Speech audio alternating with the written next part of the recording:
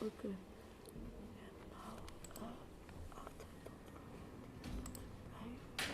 Okay.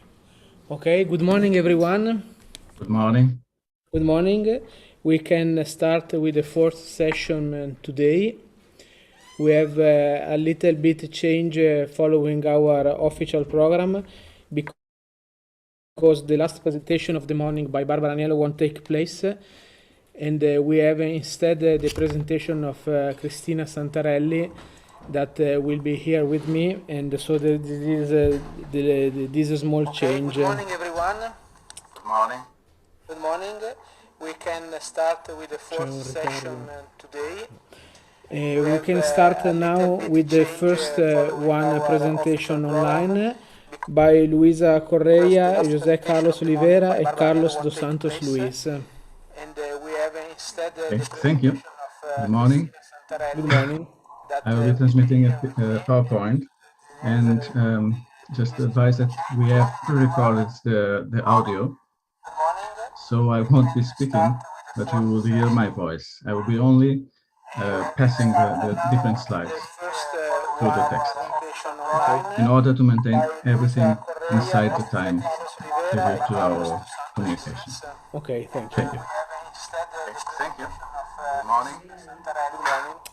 I will be transmitting a PowerPoint, and just to advise that we have pre-recorded the audio.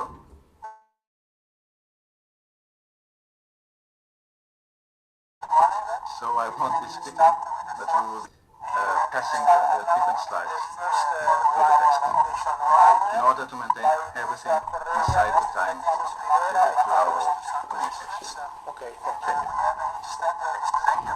Good morning.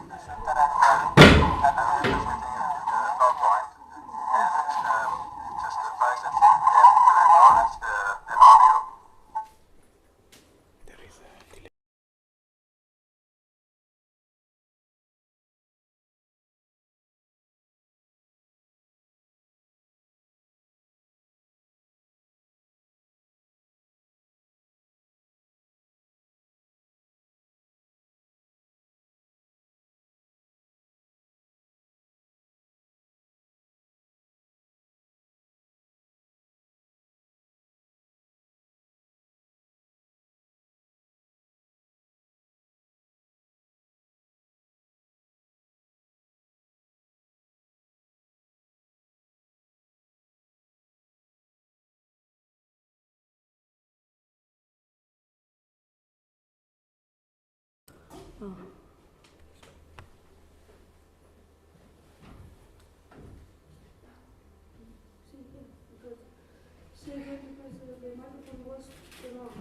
Okay, we can start now with the presentation.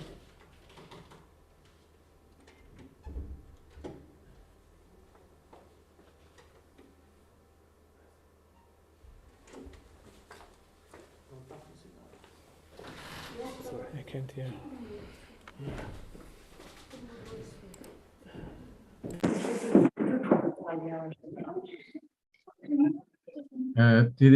Did the presentation begin?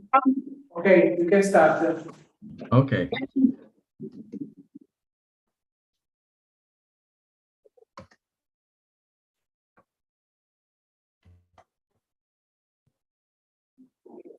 Is everything okay? You can see it? Yes? Okay.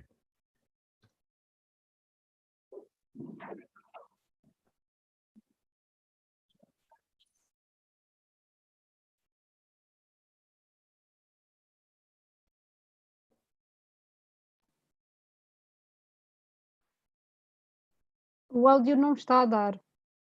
O áudio não está a dar? Não. Ok. Vamos ver o que é que se passa. Ok.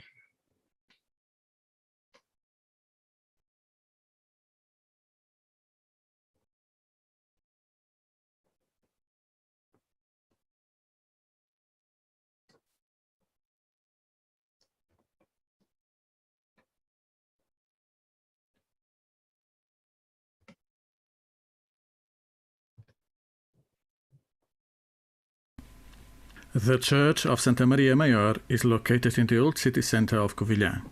Once the mother church of the parish, it was the most populated area of that city. Dating from the 16th century, it is based upon the reconstruction of a medieval temple dedicated to Santa Maria do Castelo and once owned by the Christ Order. The building was reconstructed and renewed several times through the centuries, even with construction works which changed its typology. Right after a building restoration made in 1942, the roof collapsed during a church service on 13th July 1943, causing 7 dead and injuring dozens. In 1944, one year after this tragic accident, the ceiling was remodeled and enriched with paintings of musician angels playing instruments, made by Professor Antonio Lopes. Nowadays, the Church of Santa Maria has a revivalist and neo-Baroque typology, a longitudinal plan of a single nave with side chapels and a lower and narrower chancel, a high choir and an organ. António Esteves Lopes, or Lopes de Covilhã, as he became known, was born in Lisbon on March 18, 1900. After studying at the Escola de Belas Artes, he moved to Covilhã as a drawing teacher at the Campos Melo Industrial School. He was considered one of the great promoters of the Beira region and an outstanding figure in the panorama of society and culture in Covilhã due to the multiple activities he performed as professor, journalist and entrepreneur, amongst others. In art, he distinguished himself as the author of oil paintings and panels. He introduced and developed new tapestry designs and colors in Portugal. Consequently, the work of António Lopes, quite diverse, encompasses several themes, mainly focused on the areas of painting, drawing, engraving, and tapestry. The ceiling of the Church of Santa Maria Maior in the city of Covilhã comprises a total of 14 paintings, 10 of which in good condition, showing musician angels playing different instruments. The other 4 are damaged, to the point that it is impossible to carry out an analysis of its content. Professor António Lopes, responsible for drawing and painting the main ceiling of the church, aimed to paint, quote, illustrations of angels playing instruments whose shape is inspired by those featured in so many primitive and medieval decorations of Christian temples. This heavenly orchestra seems to us the most suitable subject to enclose the church where hymns and praises to Our Lady are raised. End quote. The angel musicians, 32 in total, quote, are painted in the style of frescoes in 3 tones, the same ones used in ornaments and backgrounds, following the suggestion of the master architect of the reconstruction.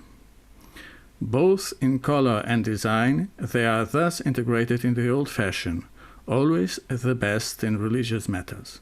End quote. Angels have a panoply of functions: transmission of messages, guidance, conducting or accompanying a nation or individual, as liberators, as heavenly secrets revealers, and as musicians. They are spiritual entities, but are represented as having human form, usually male until the Middle Ages, being birdless, young or children, often with wings. Over time, the angels underwent a process of humanization, and their usual representation close to the Virgin led to transformations of their outward appearance, often becoming more feminine. Thus, in the late Gothic period, there was a growing presence of angels in Marian-themed iconography, often depicted as musicians. It is not surprising that, considering the Church's dedication to the Virgin Mary, António Esteves Lopes decided to use the colors blue and light red, almost pink, to paint the garments of the musician angels, since the blue vestments are traditionally associated with Marian solemnities and festivities in Portugal, Spain, and in some Latin American countries, and pink is associated with the Sundays Gaudete during Advent and Laetare during Lent. In the next table, we can see the distribution of instruments by painting. Based upon the painter's plan, the ceiling should contain 14 paintings, with 32 angels, but, as already stated, 4 of them are badly damaged. One no longer contains any wooden strips, the other 3 have barely recognizable content. Hence, only 10 paintings comprising 26 musician angels playing 30 different instruments remain intact. We have distributed these instruments by category according to the unbusted classification. The instruments included are plucked and bowed cordophones, edge-blown, reed and interruptive-free aerophones. These appear in various combinations within the depicted instrumental ensembles, usually in trio. The only instrument that appears isolated is the harp. In the first painting, as well as in the one situated in the similar position on the opposite wall, an angel is represented playing an instrument that resembles a harp. The instrument represented appears to correspond to an organological fusion of the harp with the lyre. As we can see, the instrument is shown having a rectangular trapeze shape instead of a typical triangular shape of a harp, which leads to the distribution of similar dimensioned strings along the neck and soundboard. The neck features two concave sections which do not correspond to its common arch type in medieval and Renaissance harps. As mentioned in the previous painting, also located close to the chancel on the opposite wall, the instrument depicted now is a harp. Its representation manifests the same conceptual fusion. The location of these two paintings in the wall section closest to the main altar may indicate that the painter had some knowledge of medieval and Renaissance concepts of high and low music and the hierarchical importance which the harp had in the classification of instruments, due to its association with King David, as defined in treatises such as Boethius' De Institutione Musica. In painting A3, we see two angels in a top level, one situated on the left playing a cordophone based on a fiddle, and one on the right playing a plucked cordophone, probably a cithern. In the lower level, a third angel plays a bowed cordophone, probably a viola da gamba. All instruments are roughly represented. The fiddle was a generic term for any cordophone played with a bow, however in this case the bridge is not represented nor the fingerboard. The cithern is a plucked instrument with metal strings, normally seen as a Renaissance revival of the ancient Greek kythara in Italy, having as immediate precursor the medieval sitar. It has a pear-shaped resonance body with a well-rounded bottom, a set of strings, in an identifiable number, which pass through a bridge and is attached to end pins or buttons located at the bottom end. The viola da gamba is classified as a lute with a bow, having a tenor-sized belted body upon which the strings are fixed to a probably uncurved low bar similar to that of a plucked instrument. The arm is long and narrow. Here, since we see 3 pegs on the front, we may assume that there is an equal number on the back, making 6 strings in total. The peg box, not ending in a scroll or a carved head, is flat and thus similar to the guitar. In the next painting we see on the upper plane 2 angels playing aerophones, the left one a flute and the right one a shawm. On the lower plane a third angel playing a plucked cordophone, probably a colazione. The flute has a conical tube which contradicts its description until the Renaissance. Only from the Baroque period onwards the cylindrical flute began to have a conical profile.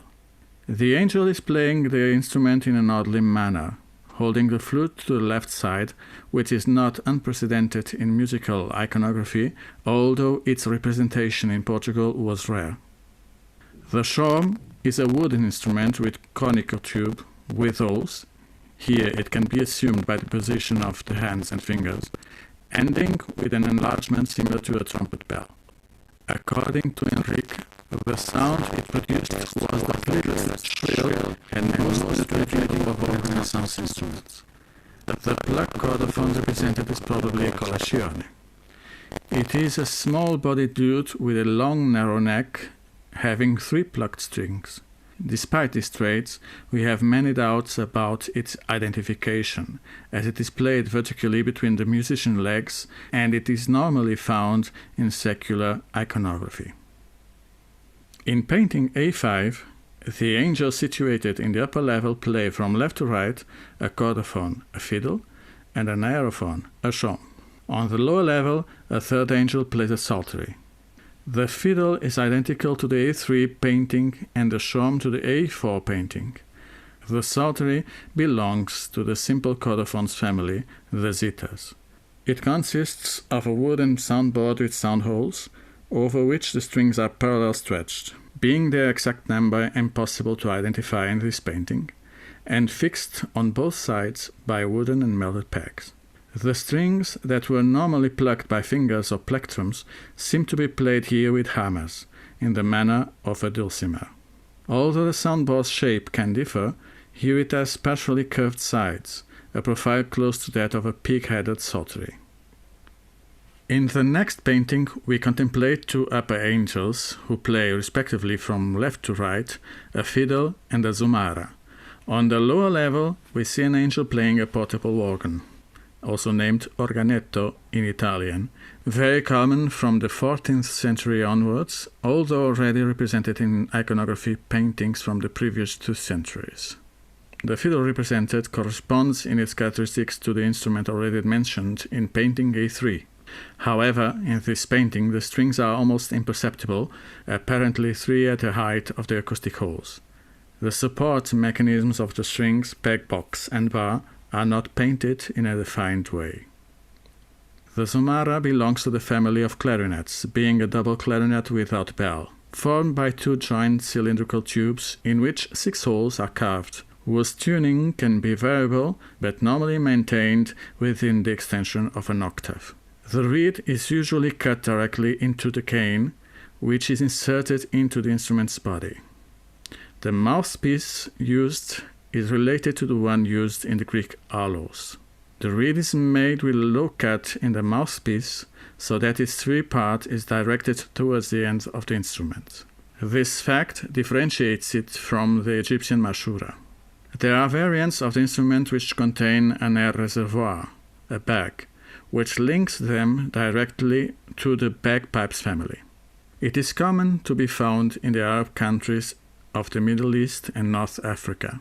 The Arab influence present in the Iberian Peninsula during the Middle Ages can justify the appearance of the instrument in one illumination of the Cantigas de Santa Maria's Codex of Musicians kept in El Escorial in Spain. As you can see, the figure in this painting is practically modeled upon that illumination. The organ, categorized as an interruptive-free aerophone in the Horn-Bostel-Zach system, is composed of several elements: pipes, air supply system, and transmission system. Its operation is based on a set of bellows that supply air to a wind chest, from which the pressured air can be supplied to the pipes situated above it through the action of the organist who, by pressing the keys, open the valves that are located below the pipe ranks. In this painting, also clearly based upon another Santa Maria Codex illumination, some organological problems stand out, which place this representation at a higher level of inaccuracy than that of the following painting A7. The bellow represented is located far above the wind chest. The keyboard is not visible. The position of the angel's hand derived from the frontal position in which the instrument is situated in relation to the player would not allow any key to be pressed with minimal precision. As to painting A7, 3 angels can be seen playing 2 different types of aerophones, apparently 2 shawms and a portable organ. The use of these 3 instruments is particularly interesting due to the direct link they establish with the human voice. It is also worth mentioning the static balance achieved by the painter by mirroring the direction in which the angels situated at the upper level play the shawms. These aerophones are similar in shape to the ones we've already seen in previous paintings. The portable organs depicted here has 8 pipes, so it resembles medieval diatonic versions of the instrument with an octave extension. The next painting contains 3 instruments belonging to the cordophone category: a cithern, a harp, and a psaltery. We may refer to this painted cithern as having a holy leaf shape. The pegging is in the shape of a sickle, without pegs, and an unidentifiable quantity of strings. It has a circular sound hole as a distinctive element, identical to the one we will see in painting A9. At the top right of the image, we have a Gothic or Renaissance harp, whose visible features are an arched neck, a curved faurbula, and a set of strings, approximately 20, probably made from gut. The musician angel's left hand plays the strings, which are directed towards the faurbula and fixed to it, probably a question of stylization carried out by Professor Antonio Lopes. At the bottom end of the image, we see a psaltery with the following characteristics: a trapezoid-shaped soundboard with 2 sound holes, and an unidentifiable number of stretch metal or gut strings played by plucking with the fingers. Painting A9 includes 3 chordophones. In the upper plane of the image, there are 2 plucked string instruments, a guitar on the left and a sitar on the right. On the lower plane, a plucked string instrument, a medieval viola. From the morphological characteristics of the guitar, a short-necked lute, it is possible to verify that there is no clear division between body and neck, with a smooth transition from one to the other. The peg forms an angle of almost 90 degrees with the neck, with a slightly curved bow configuration, and it has 3 pegs on the peg box, which may indicate that the instrument has 3 strings. As for the medieval viola, it seems to be very imprecise in form, probably due to some artistic liberty on the part of the painter. We identify the following morphological characteristics: its profile, substantially in the shape of an 8 figure. The top, with 2 lateral center F-shaped sound holes, identical to those found on a violin. The bridge, which seems to be flat. A tailpiece next to the bridge. A spade or sword peg box with 3 pegs. 3 strings, which appear to be plucked by the left hand and bowed by the bow held from below. In this last painting, we find a representation of a flute on the upper right side and 2 chordophones, probably 2 violas da gamba, on the upper left side and lower level. The represented flute corresponds to a medievalist or Renaissance instrument with a cylindrical tube. The musician plays the instrument in the correct position, just as he is blowing into a side mouth hole, not visible, near the end of the tube. As for the viola da gamba, it appears to have a festoon shape. Other important visible morphological aspects are: the cover, where the strings pass through a low bridge, may be a bar, a long and narrow arm, 2 acoustic holes in C-shape, apparently very thin sides, shallow waists, and a sickle-shaped peg box with only 3 lateral pegs. It is not possible to identify the number of strings. It is however likely that there are 6 of them. The instrument is held upright in an almost vertical position and supported on the calves of the musician angel, who holds the convex bow with the palm of the hand facing upwards. On the ceiling of the Church of Santa Maria Maior, we see representations of sets of instruments consisting of 17 chordophones and 9 aerophones. The chordophones are in turn represented by 7 bowed, 9 plucked, and 1 struck instrument. As for the aerophones, we find 5 reed blown, 2 edge blown, and 2 interrupted free with keyboard. Regardless of whether the painter had knowledge of musical instruments from the medieval and Renaissance periods, we can see that he relied on iconography to paint them, namely in Alfonso X El Sabio, Cantigas de Santa Maria. This fact is especially clear in the cases of the guitar, the portable organ, and the zumara seen before. Nevertheless, there are instruments whose representation seems to be somewhat fanciful, to the point that we have difficulty in identifying them.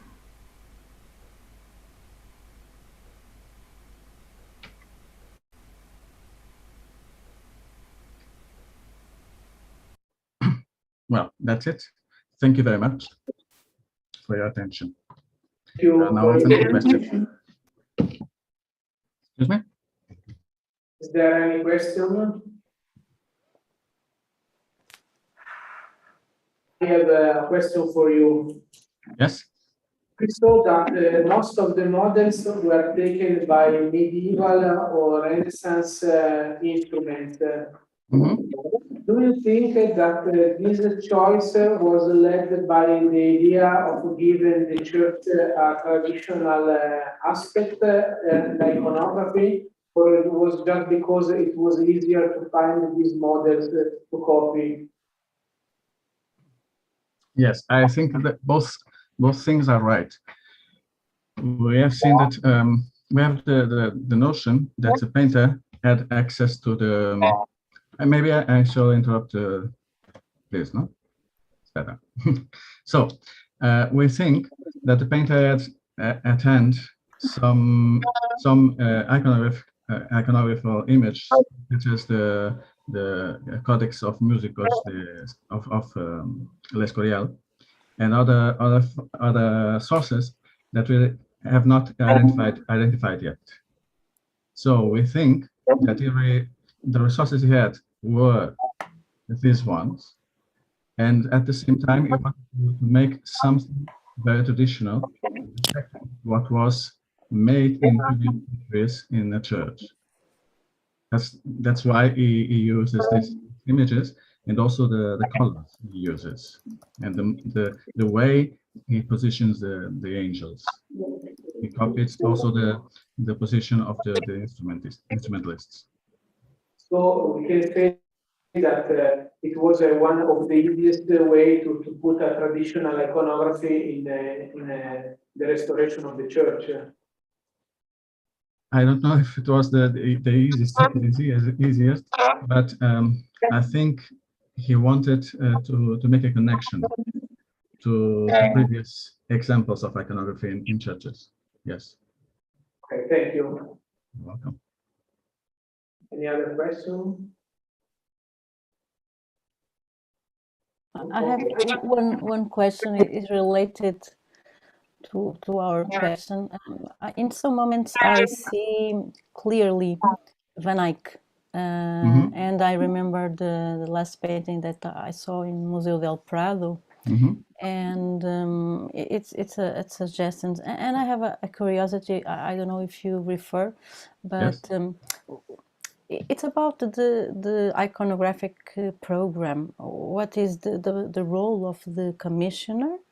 You told about the sources, okay, the Cantiga Santa Maria, and now I see some details of Van Eyck, but I have a curiosity about the role of the commissioner to the program, iconographic program, and another curiosity is about the relation between the painter and the music.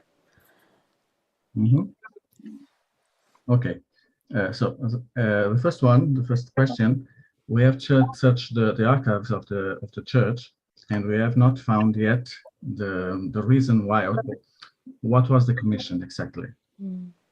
We have an idea that the sensation that he wanted he himself had this commission to paint something, and he decided to paint the angel musicians. We think until now that it was his own decision to make the paintings this way. As for the connection the painter had with music, we don't have any information, but because of these organological problems in painting, the correct way to play, or to, for instance, in the organ to place the elements of the organ, we think he had no knowledge of music directly. He was probably a person who liked very much music, but we think he didn't know much about it. Okay, thank you. You're welcome. Thank you. We can go on with our session. Thank you. Welcome, Sonia. Can you hear me, Sonia? Yeah, very well. Can you see my PowerPoint? Your presentation. We can start. Okay. The sound, sometimes the sound is not very good, but if you hear me, it's okay. I can hear you now. Okay.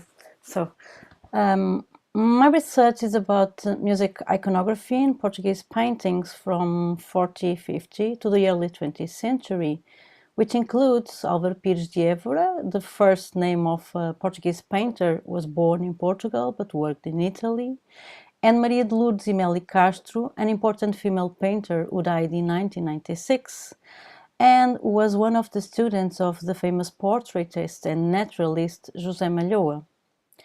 Today, I am presenting a paper about the effigies, portraits, and cryptoportraits of male and female musicians from the 17th century and the early part of the 19th century, including Vasco Pereira Lusitano and Morgado de Setúbal, whose work is found in private and public collections. I have organized this presentation into two fundamental points. Firstly, an overview of portraiture in Portugal. I have selected some key moments featuring Nuno Gonçalves, Domingos Sequeira, Columbano, Lupi, Aurélio de Souza, or Amadeu de Souza Cardoso. Secondly, I have selected some cryptoportraits of musicians by Vasco Pereira Lusitano or José António Benedito Soares de Faria e Barros, called Morgado de Setúbal. Morgado means the oldest son. And I have selected some effigies and portraits of musicians in Portuguese paintings. I will present sources and models and the significance of that portrait in a large and global study of Portuguese portraits. This presentation is dedicated to José Augusto França, Decano, one of the most important Portuguese art historian and critical who left us in last September. The first Western treatise on portraiture was written in Portugal in 1549, the dialogue do Tirar pelo Natural, as an appendix of the Pintura Antiga, on antique painting, by Francisco de Holanda, the humanist, miniaturist and painter. Do Tirar pelo Natural means taking portraits from real life, from face to face. Given this feat, one might expect a number of effigies, portraits and self-portraits by national artists and workshops to have reached us throughout the centuries. However, Holanda's treatise lists a series of precepts that can help explain the dearth of portraits of Portuguese painters and musicians in the following centuries. Let the excellent painter paint very few people, carefully selected. The critic fortune about the painting portraiture is considerable in Portugal. See the significant works of Reinaldo dos Santos, José Augusto França, Vítor Serrão, Pedro Flor, Susana Gonçalves, Nuno Saldanha, Pedro Lapa, Raquel Henriques da Silva, Maria Aires Silveira, Maria Emília Vaz Pacheco, Patrícia Teles, and other art historians. But now, the questions are, what about portraits of musicians? Why we don't have relevant portraits of musicians in Portugal before the mid-18th century? These are the questions that we answered in the last chapter, Portraits of Male and Female Musicians in Portugal, in Portuguese paintings from the 18th and 19th centuries. And in appendix, we did the first inventory about portraits of musicians in public and private collections. Three main reasons can explain the existence of few portraits of musicians in Portugal. One, the commissioners. In one hand, being musician is not a considered or well-paid job in those times. On the other hand, a high proportion of painted musicians are amateurs. Two, the tradition of iconoclasty in Portugal. All things must be thrown away. The role of extinctions of religious orders in 1834, sale paintings by a ruined nobility, Portuguese kings leave Portugal and the works of art are now disappeared. Third, the vast majority of portraits are made for and are in private collections, so not having been studied yet. But there are more reasons. Let's see a brief overview of art in Portugal with some remarkable Portuguese portraits. O que se vayan a su casa con ellas. O sea, la cosa es, se las llevo yo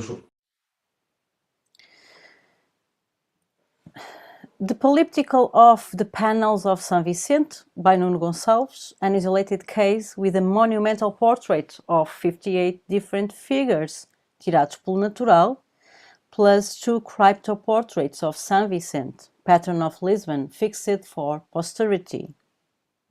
Then, in the 16th century, some individual portraits, like this one of the young man as a knight, may be a small detail of a large portrait. The command stick is missing. Or the effigy of Dom Sebastião by Cristóvão de Moraes, with only 60 years, dressed in armor and accompanied by a dog.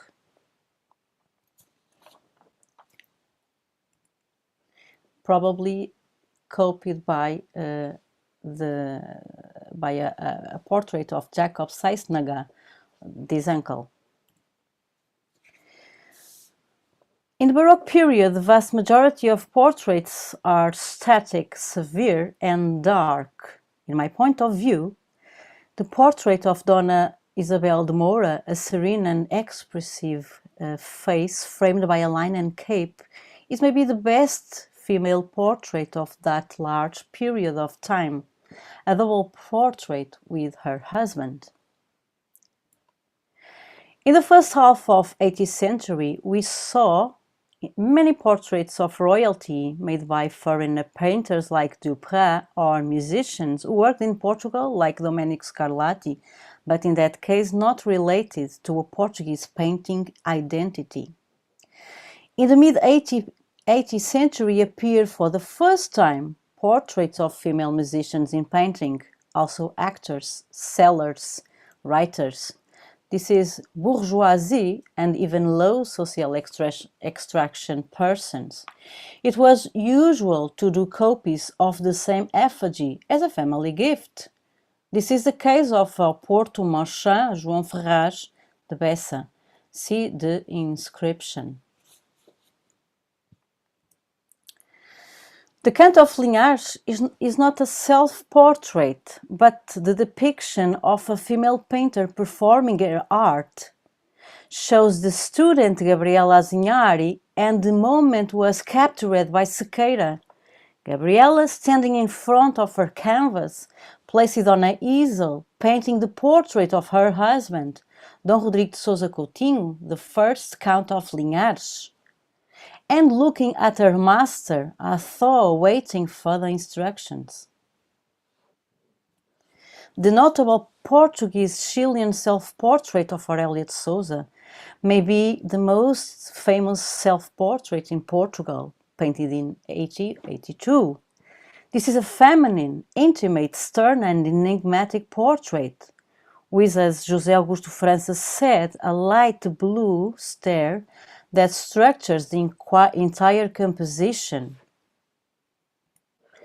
Columbano often paints this theme, one soirée, with singers and a piano played by her friend and painter Artur Loureiro, and a wooden transverse flute placed on the top of the papers on the chair.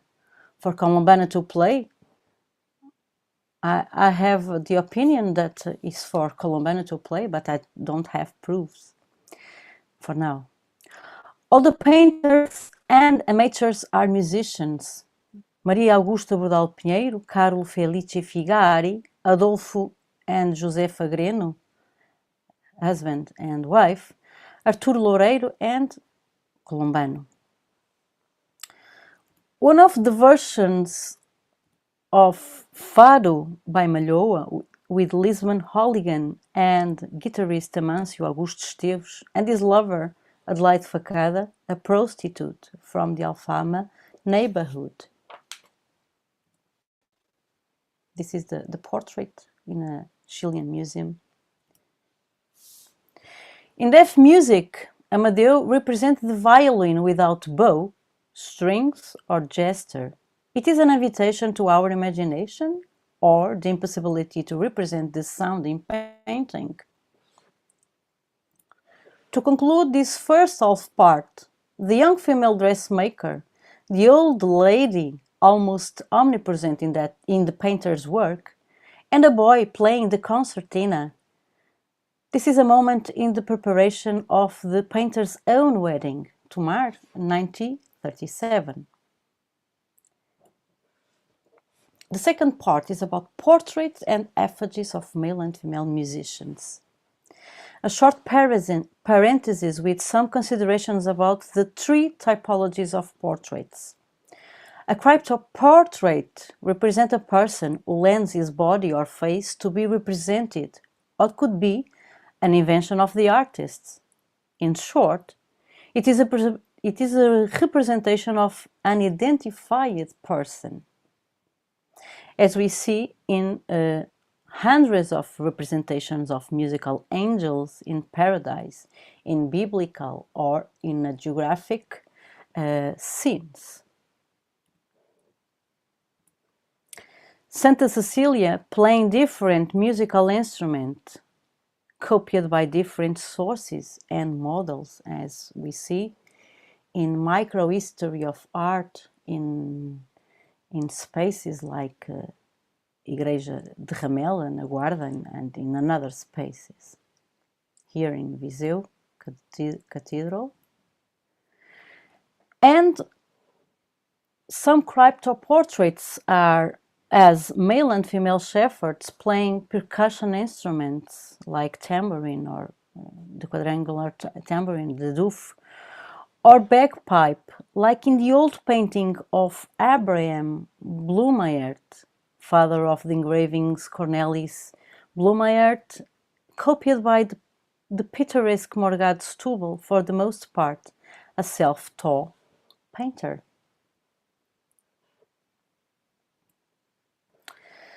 A portrait or an effigy represent an identified person. They are the presence of an absence. In short, a portrait could be the improved version of an identified person, but an effigy is the absolute representation of the person, including the aesthetic defects. See the 5 examples of a large corpse. This portrait of a lady or singer, traditionally wrongly designed as Santa Cecilia in the museum, Évora Museum. The composition represents a young woman with a book of pseudo-epigraphic music and text, wearing a brown dress with puffed sleeves and generally low cut. The black hair is partially covered by what appears to be a feathered hat. Due to the lack of decorum, it could be a love portrait or an allegory to music, in line with copies of the Italian artists like Sebastiano Florigerio or Callisto Piazza. For sure, the most antique painted portrait of a female musician in public collection in Portugal. Then, the presumable and survival portrait of singer and composer João Lourenço Rebelo, called Rebelinho, comes from the collection of Frei Manuel Cenáculo, Bishop of Évora and collector. The painting was being in Paço do Cal de Vila Viçosa since 1947. In fact, it must have been originally produced. Attributable to José do Avelar Rebelo, João Lourenço Rebelo, José do Avelar Rebelo, may be relatives. A distinguished and private painter to King João IV, it could be an effigy tirado pelo natural. A serene face, look at us. A jewel to be thrown on the chest with the insignia of Order of Christ. An exquisitely designed instrumental vocal score with Misericordias Domine in ec ternum cantabo, Psalm 88, for tenor voice, where it's the author points with the index finger and a ring on the little finger and a rich silk scarf.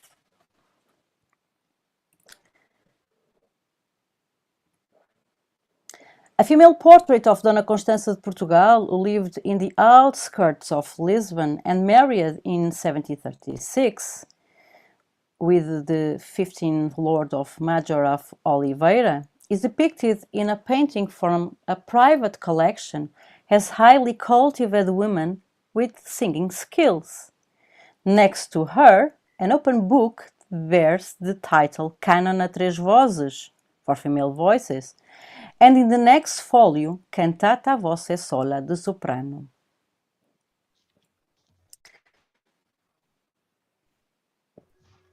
Dona Gertrude Leonor de Espada is depicted in a wedding portrait painting together with that her husband, the rich industrialist João Xavier Potes, who lived in Lisbon. The painting dates from 1780, the year when the wedding took place in Lisbon. Pay attention, Dona Gertrude is not wearing a wedding ring. Dona Gertrude is wearing a French-style evening gown, and her hair is bound up with ribbons and bows. Her left hand holds a fan, and a ring and a book and 2 sheets with instrumental music. Standing next to her, an harpsichord. She looks at us, proud of her status and erudition.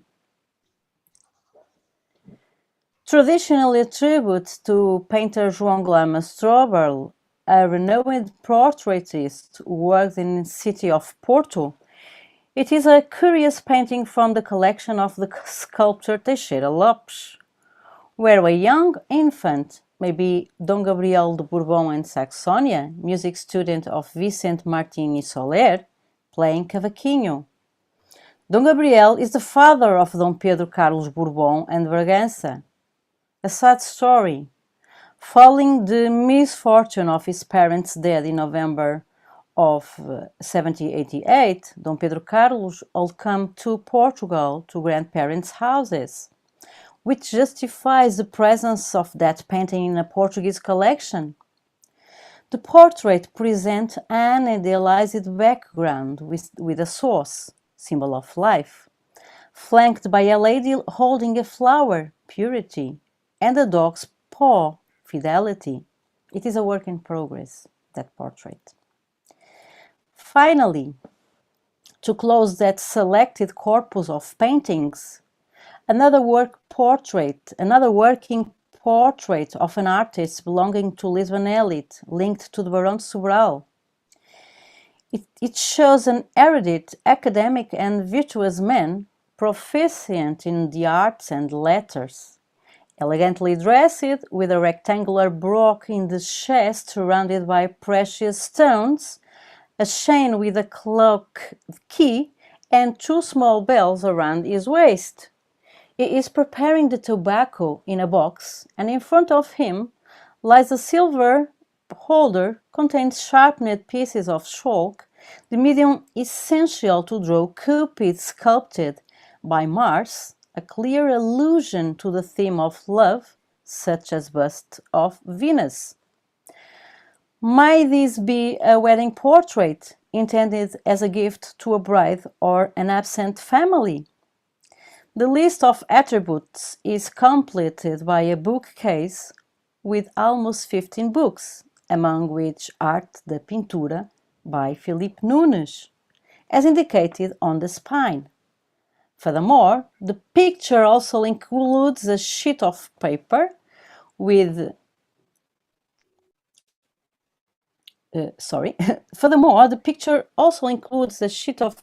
minutely drawn musical notation and a transverse flute made of wood, ivory, and tin, divided into 4 sections with 6 holes and a key.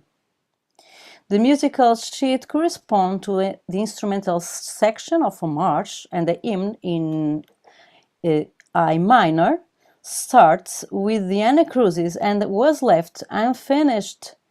Wishley, the musician, is probably one of the amateur transverse flute players who lived in Lisbon and gave domestic and spontaneous performance. This painting is an allusion to good education and sensitivity, and it is coeval with the flutes produced by the Opt and Silva family. A friend gave us a surprise, a present.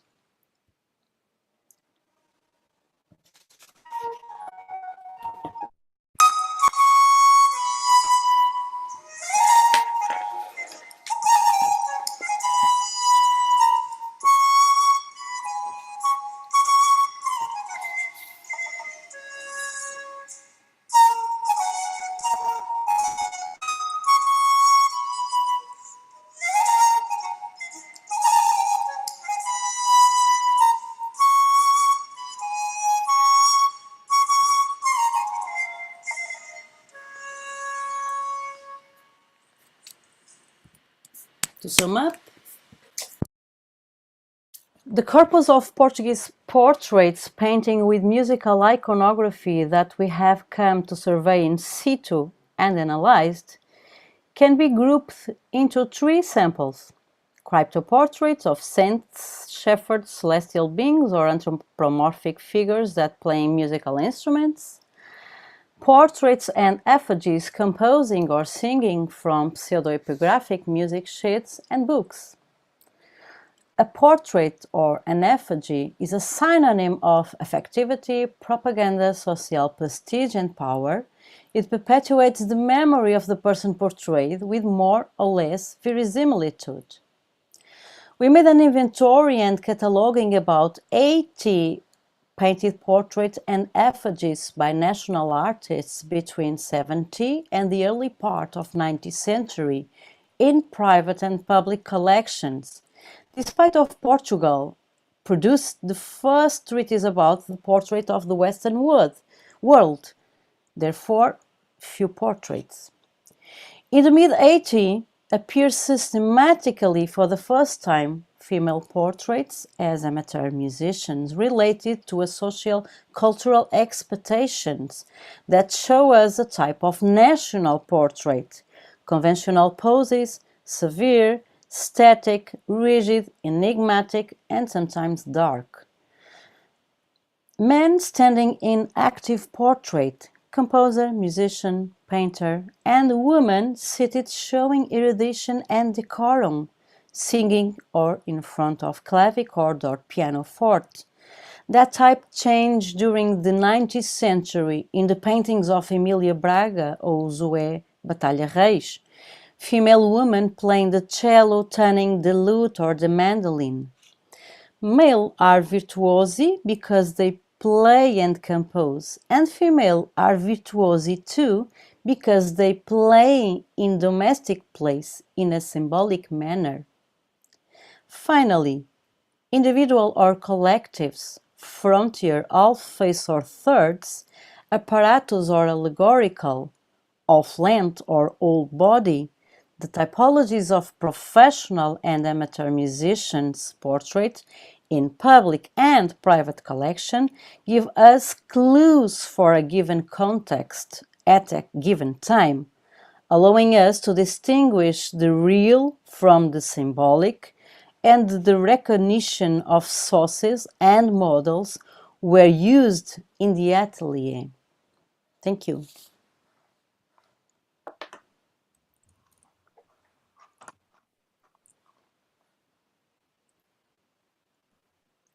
Thank you, Sonia, for your precious presentation. I wonder if there is any questions here. I have an observation to make you more than a question. I was surprised to find out that in the most ancient paintings, there is a dark coloration, as you observed, whilst from the 20th century, I can find more color and more light. Is it because, of course, the style has changed, but it is because we can say that there is a link between the color and the domestic figures instead of the official portraits? As I said in the beginning, I don't know if I understand completely your question because the sound is not good.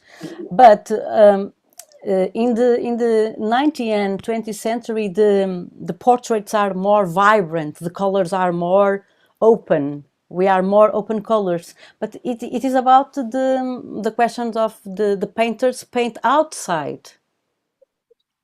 The painters paint outside of their atelier and houses. So it is the naturalism, the realism, the modernism. So in that case, we have old models. In the Baroque period and the Rococo, we have old models, and we paint always the same dark. And the commissioners want this. Want the portrait of an old relative that he saw in a house, in a friend houses. So sometimes we have an handicap of 2 centuries, like in the portrait of Don Sebastian that copies an old portrait of his uncle. I don't know if I answered your question totally. In part, this is what I wanted to ask you, but there is also even a connection between the domestic portraits and official ones, let me say official portraits for families. It seems that when the portraits are for common use, they are more vibrant in colors. In fact, the female portraits are represented in home because it is the daily life of a female, of a woman. They stay at home, they play at home. And we have some examples, some different examples, but it is not usual being professional and play outside home. It is usual for a man, not for a female, not for a woman. Okay, thank you. There are 2 questions.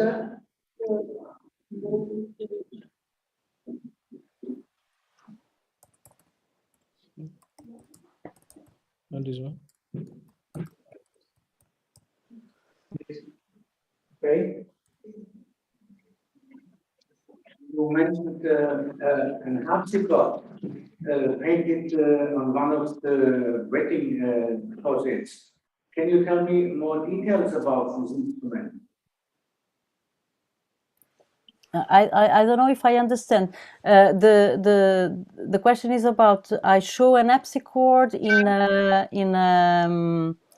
a painting. It could be an harpsichord or it could be a pianoforte, because in those times we have the both instruments in Portugal. But in that case, we don't have many details in that painting. But we have many sources and letters, correspondences that female play that musical instruments, and sometimes play that musical instruments was the instrument of the mother and the instruments in the house of the family. Thank you. But I know about the situation, but in this very concrete case, I would like if you can provide some details of this instrument. Sorry, but I don't understand. I don't heard the question. The question was if you can give us some more details about the instruments.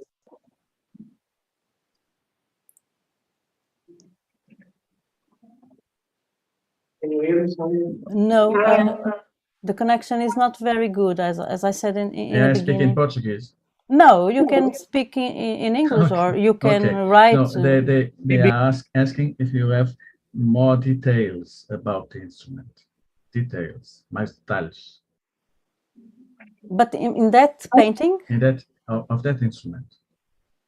But in Portuguese paintings, No, portraits? the painting, I think is you showed.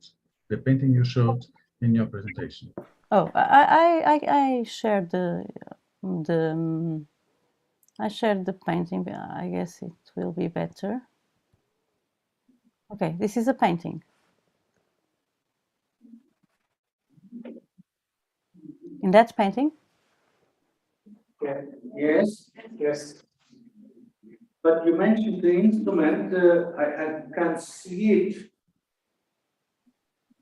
Is there a possibility to see more in a more concrete manner the instrument you mentioned?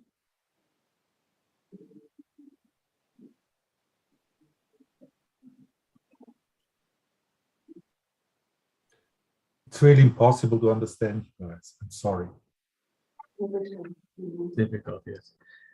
I think maybe you are asking if the painting has more instrument and that is a cut. Or... Oh! Your sound is amazing, José Carlos Oliveira. Oh, yes, it happened. Thank you, José.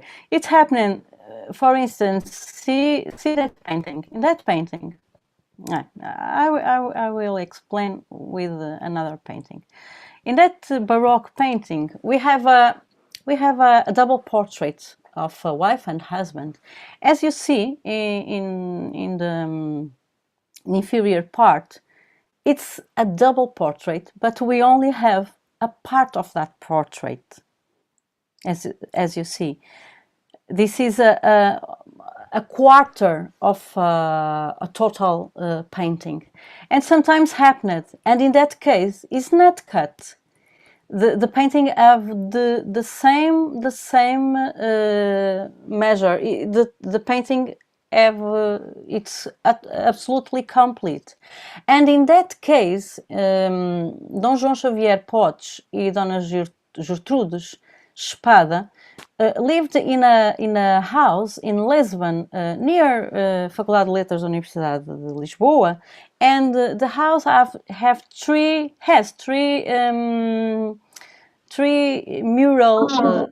mural paintings in 3 rooms, 3 music rooms, and the painting are made for that house. They love music. They have many soirées at home, and the portraits are perfectly and not cut in that case. But we only have that small detail in that painting. As in that case, we have the book, and I made some changes of the colors to try and understand, because we have a huge problem in Portugal. It's the dialogue between the different areas. This painting could be, the problem of that painting could be solved quickly. It's a dialogue between history of art, musicology, and conservation restoration paintings. With the reflectography of infrared, maybe we could have the answer of the question, what represents that book? In that case, we only have that a very small detail.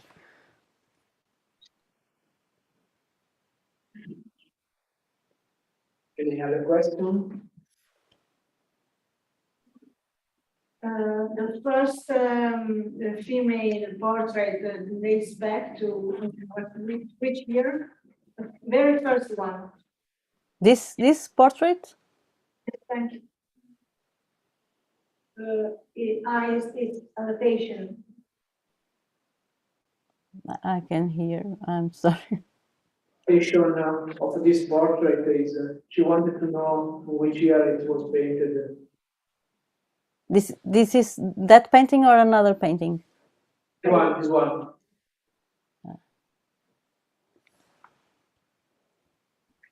Another painting. Another one. Where you were before. Where you were before. Oh, okay. Okay. Mm-hmm. We wanted to. That painting? No. No. The one, that painting. No, the one, the first one with a female composer, musician. The first female, the first portrait of a female. It is the first This one. Mm-hmm. Okay. I can't 1600, 1620. Yeah, we don't have any study. This painting is wrongly identified in Museu de Évora, but I have the opportunity to explain to our new director that is wrongly. This is not Santa Cecilia, and the reason is clear, but at the same time, if we have some problems, we need to saw the inventory of Santa Cecilia in Portugal, and I did the inventory of Santa Cecilia in Portugal, and the paintings are totally different. It is impossible have a portrait like this as Santa Cecilia because of the hat. It is a feather hat, and because of the decorum, it is impossible have this representation of Santa Cecilia. But we have another time, one more time, the same problem. I don't know what is right in the book. It is a pseudo-epigraphic notation and at the same time a pseudo-epigraphic text. It could be for a singer, and I said that maybe it could be a portrait of a lover, of a singer, of a musician. It is a copy of. It could be a copy of a Portuguese painter by an Italian painting, but it's a work in progress. It's a work in progress, but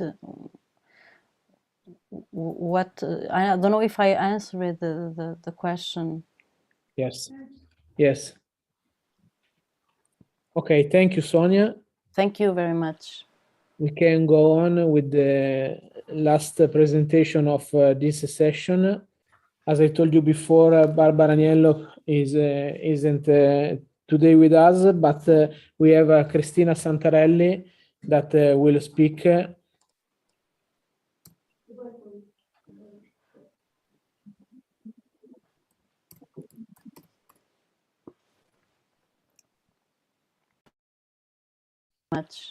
We can go on with the last presentation of this session. As I told you before, Barbara Aniello isn't today with us, but we have Cristina Santarelli that will speak. Good morning to everybody.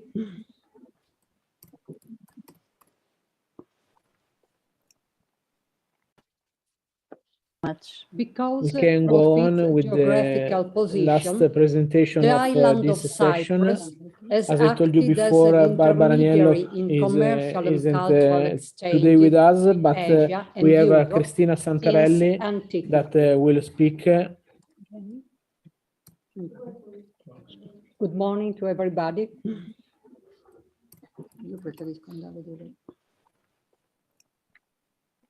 Sorry. Because we can go on with the position, last presentation the of island this of session. As I told you before, Barbara Aniello isn't today with us, but we have Cristina Santarelli that will speak.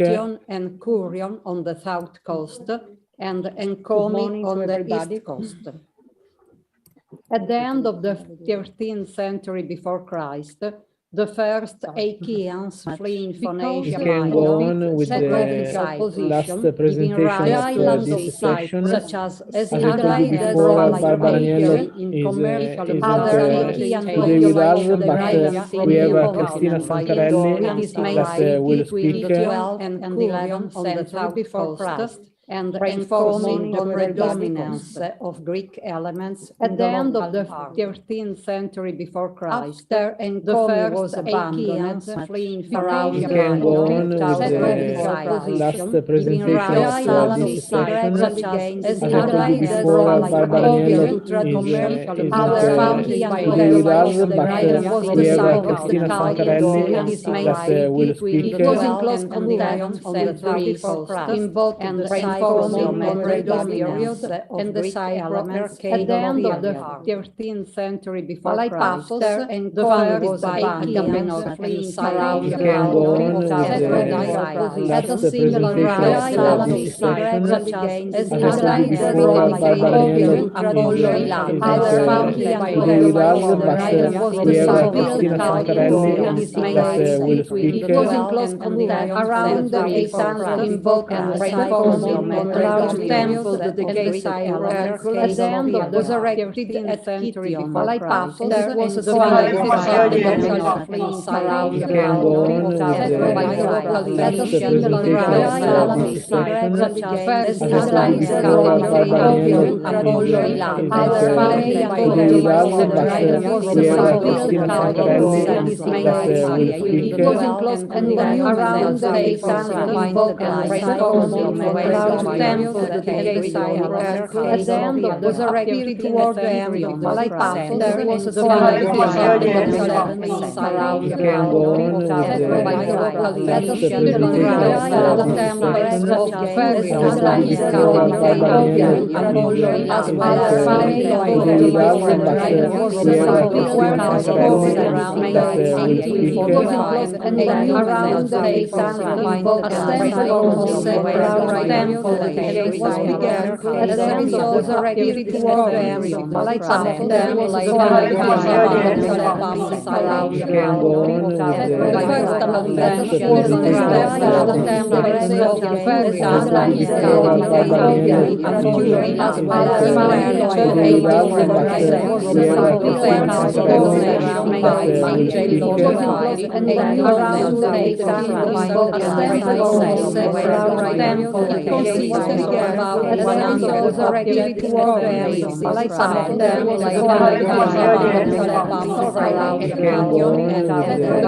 of this session. As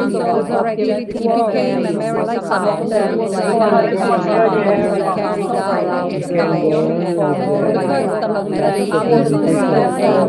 told you before, Barbara Aniello is today with us,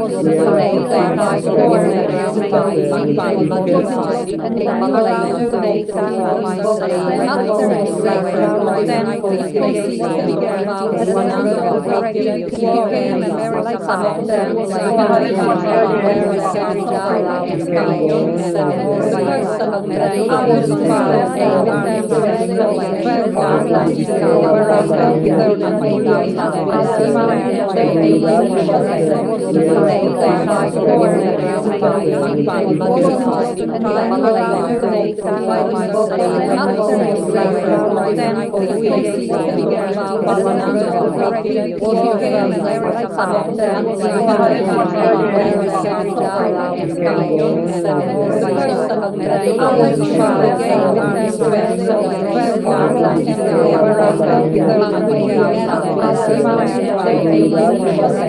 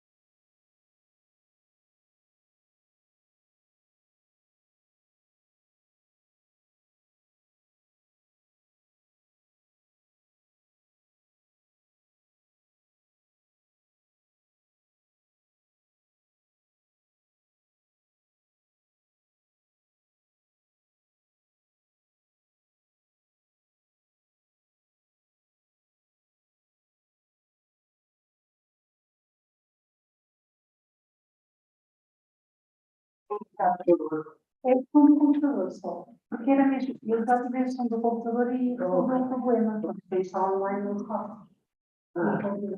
Pode.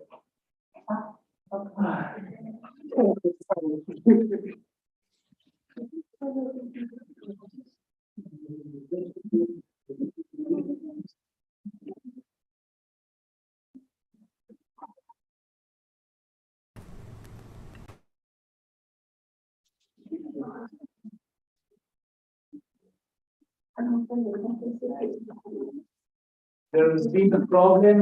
We'll try to go on from where we started some minutes before, just to be in time with the other papers later.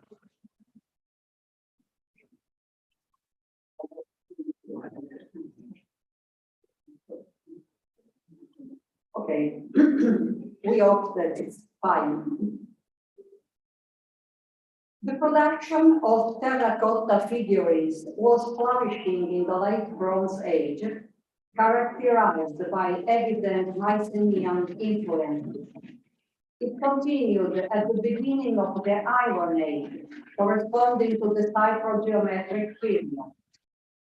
The earliest sanctuaries on the island date from this period. They were the Temenos type, consisting of an open enclosure in the center of which stood the altar, where the rites were performed and the votive offers were collected. This was the form of the sanctuaries of Agios Iacobos and, in their earliest phase, the sanctuaries of Agairini and Idalian, the origin of the songs of Turin and the New York statuettes.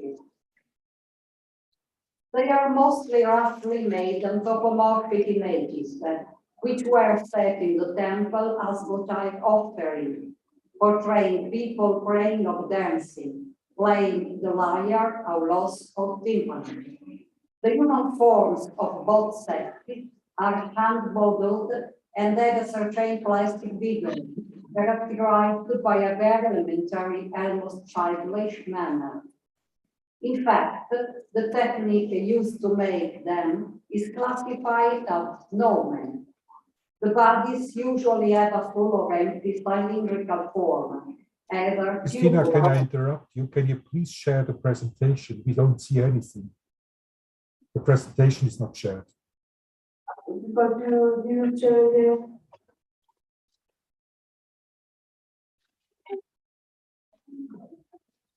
Sorry for the interruption.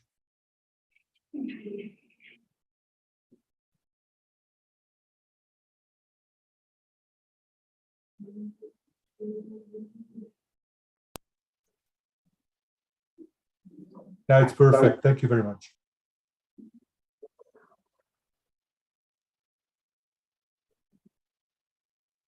The bodies usually have a full-oriented cylindrical form, either tubular or bell-shaped, on which the arms and legs were later applied by hand. Polychromy was commonly used to emphasize details of the face and clothing. Among the most interesting pieces in both collections are pottery ring-dance group, collected in large numbers during the first archaeological excavation.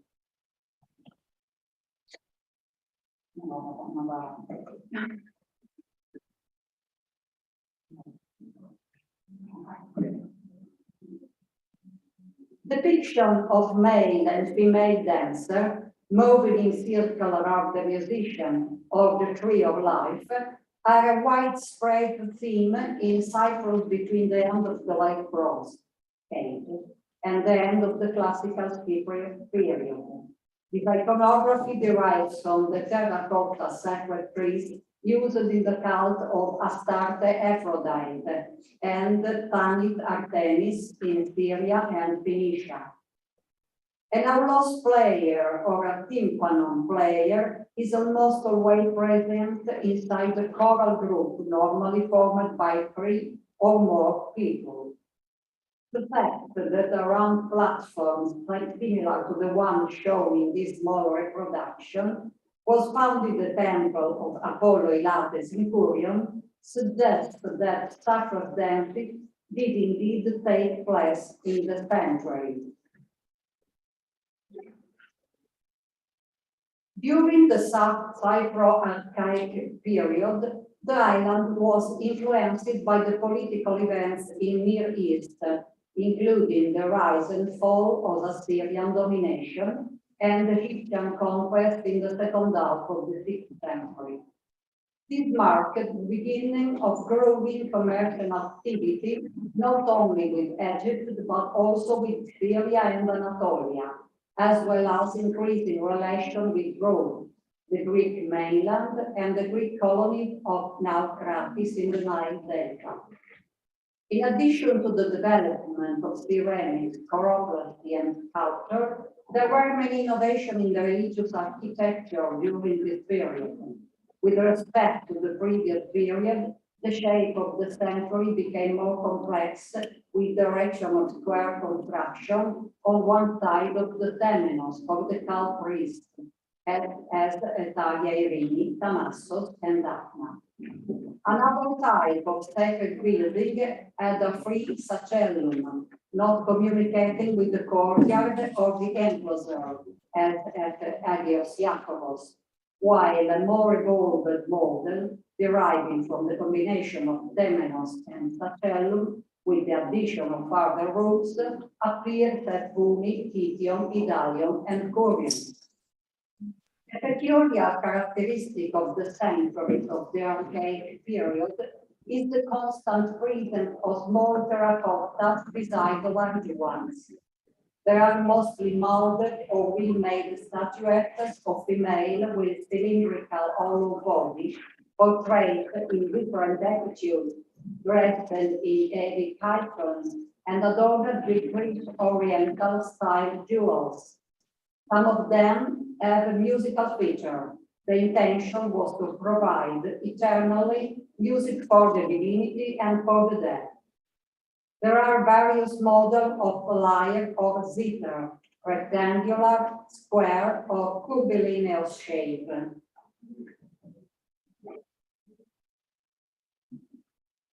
This Egyptianizing player wears a short-sleeved tunic and also large lyre against his left side. The arm of the lyre consists of a corolla and a stem on a plant surmounted by the head of a lion. The right hand holds a small plectrum against the strings. Our last players, male and female, appear in both limestone and terracotta and are found in sanctuaries and tombs. The analysis of the item shows two different typologies. In the first one, the instrument appears to be fixed to the face of the performer by the well-known system of leather straps, a horizontal one crossing a vertical one passing around the head. In the second one, the musician arms are raised in the act of playing, and it seems to be without straps.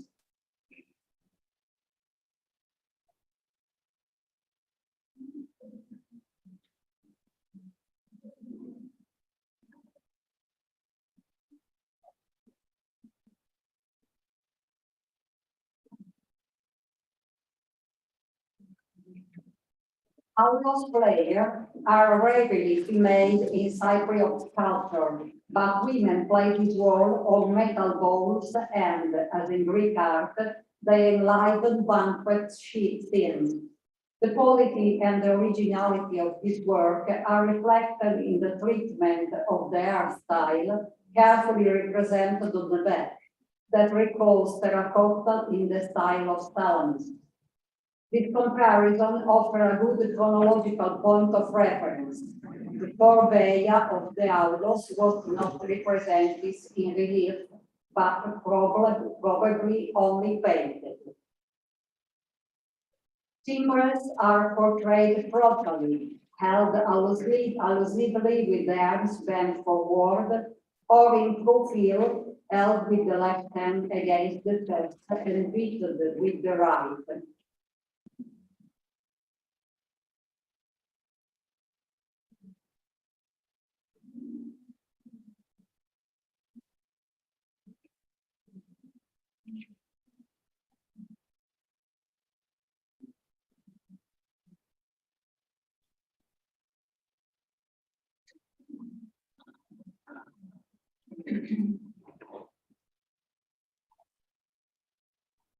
Two very well preserved limestone statuettes, respectively in New York and in Turin, show the timpanists using a technique still employed by Maghreb population in the Mediterranean basin. The open right hand beats the skin, while the left hand holds the instrument from below with the thumb held against it.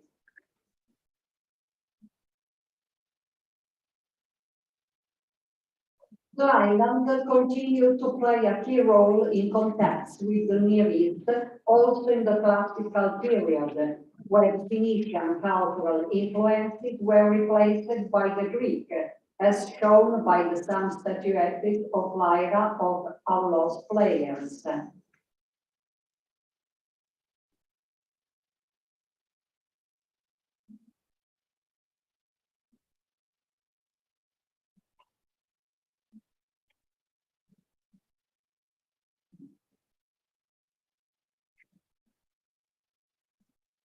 And the summary dance figures with their arms often broken, outstretched at the side of their bodies, characterized by clear ionic influence.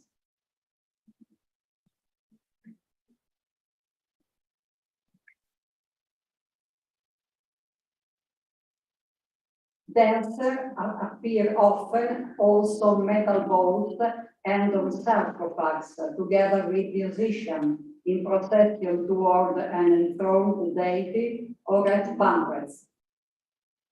A further expansionist push toward the east was given by the policy of Alexander the Great, who conquered the island in 3003 before Christ.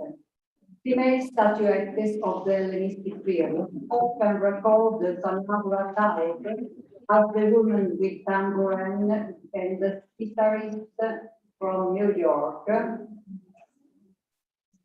or the wonderful harpist donated by Arturo Palma di Cesnola to the Museo di Antichità of Turin.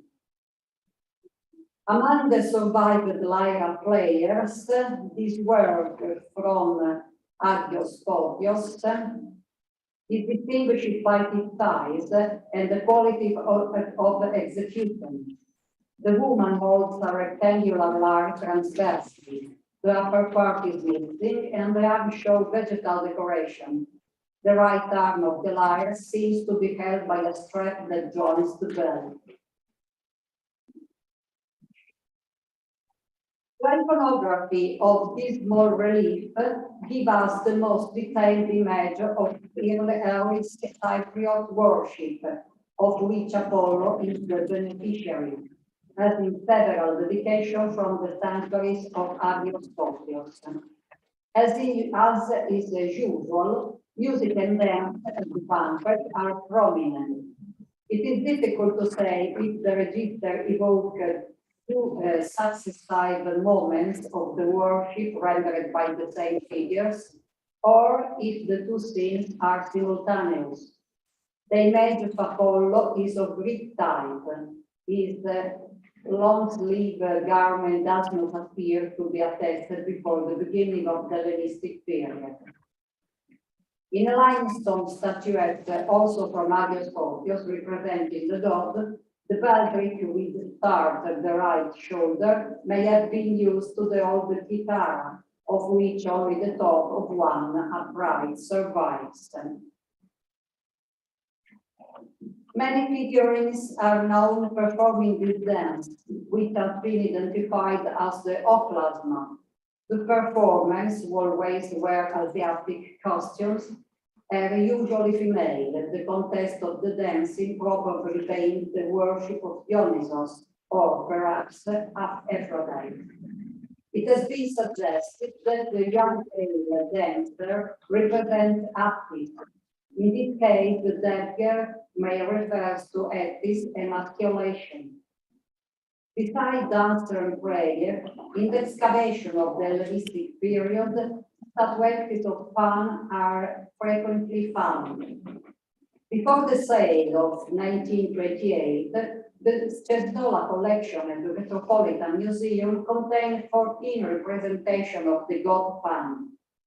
The 6 statuettes that remain in the museum belong to the iconographic type most frequently produced on Cyprus.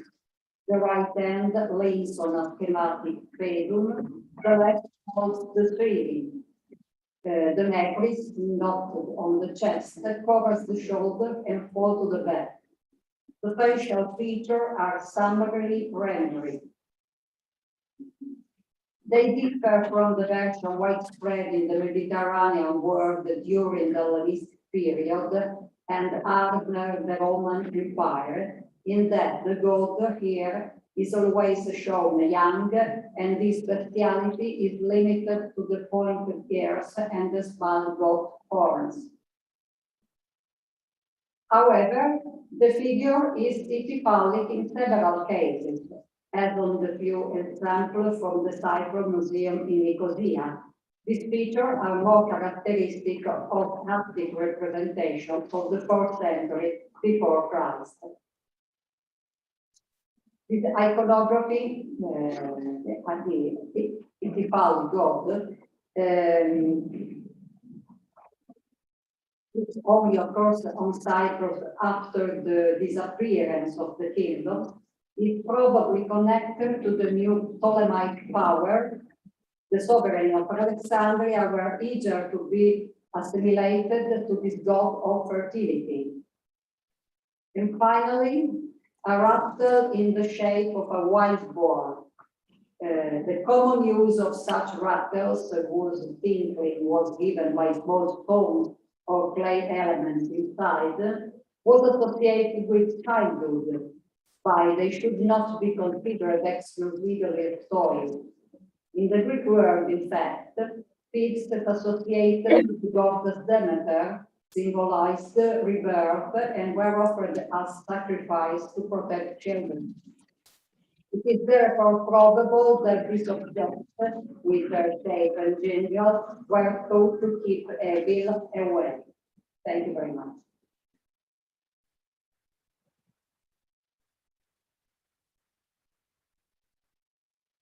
Thank you, Christina, for your presentation. Are there any questions here?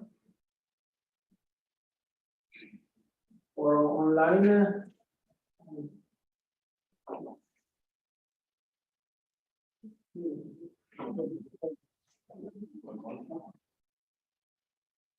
I have a question regarding the statues of Fornaro.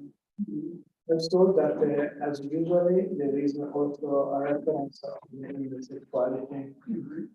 But there is no such reference in the dance groups when they are the girls and the others. Is not correct? Yes, it is correct, because ring dance are sacral dance, not necessarily linked with fertility. Even if, of course, often in Aphrodite sanctuary, but the central idea of ring dance is the life of the tree of life.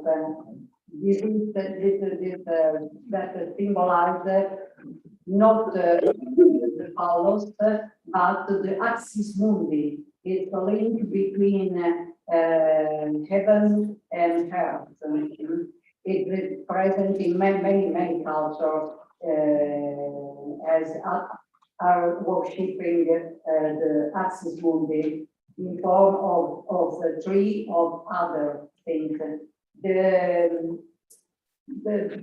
betylos also, the stone that symbolize divinity, the primitive betylos, are linked with the idea of the axis mundi. So, okay, thank you. So, if there are no more questions, we can close the session and we start after a short coffee break at 11:30. Thank you.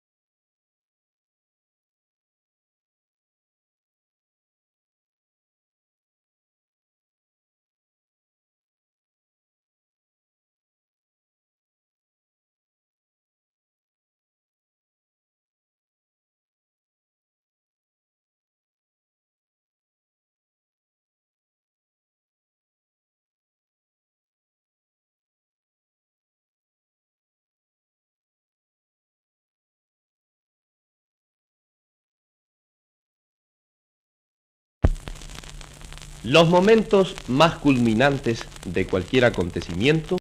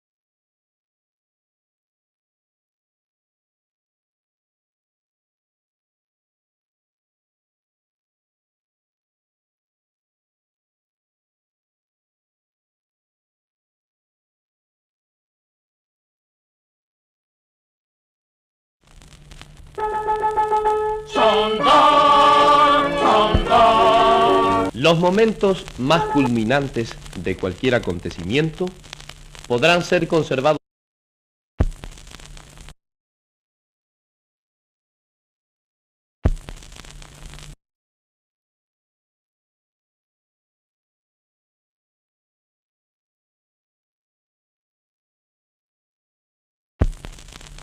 Los momentos más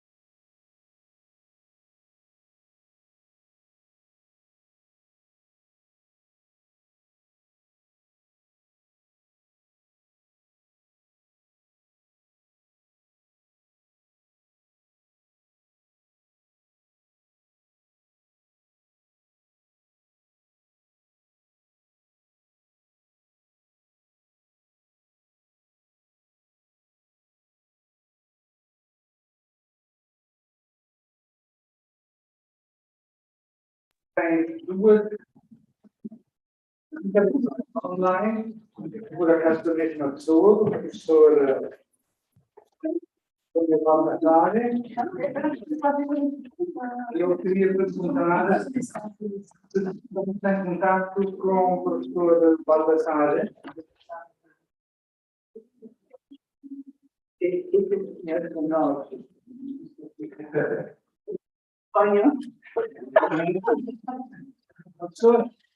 Yes. You ready? You ready to start your first intervention? Sure. Okay, please start. Go. Sure, I will go. Thank you very much. Given the fact that we are already running kind of late in time, and because my first presentation that is in the program refers more to a kind of an advertisement issue as far as the database of the Association Redeem is concerned, I'm starting with my second talk. And if there is some time left over, and I hope you don't mind, if there is some time left over in this session, I can actually then give you some additional information in my first one. So let's start with the presentation of my the presentation I will show given. So, and actually that's now right the wrong one, which I didn't want to share right now. Don't worry about it. Can you actually hear me? Yes, not very well. Good. So I'm actually starting with the presentation about the singing festivals in Switzerland. So in their study, who sings in the nation state, Judith Butler and Gaetari Spivak have articulated the cardinal question: who has the authority to decide and define the inclusion in and exclusion from the nation state collective we? While Butler and Spivak discussed the performative act of singing and the national anthem as an central example, in this respect, the following considerations will focus on what is often considered a byproduct of 19th century singing events aiming at promoting and supporting the formation of a nation-state's collective identity. It is the visual source material and the question of how they communicate meaning and what visual communication tells us about nation-building processes in the context of the Swiss federal singing festivals in the long 19th century.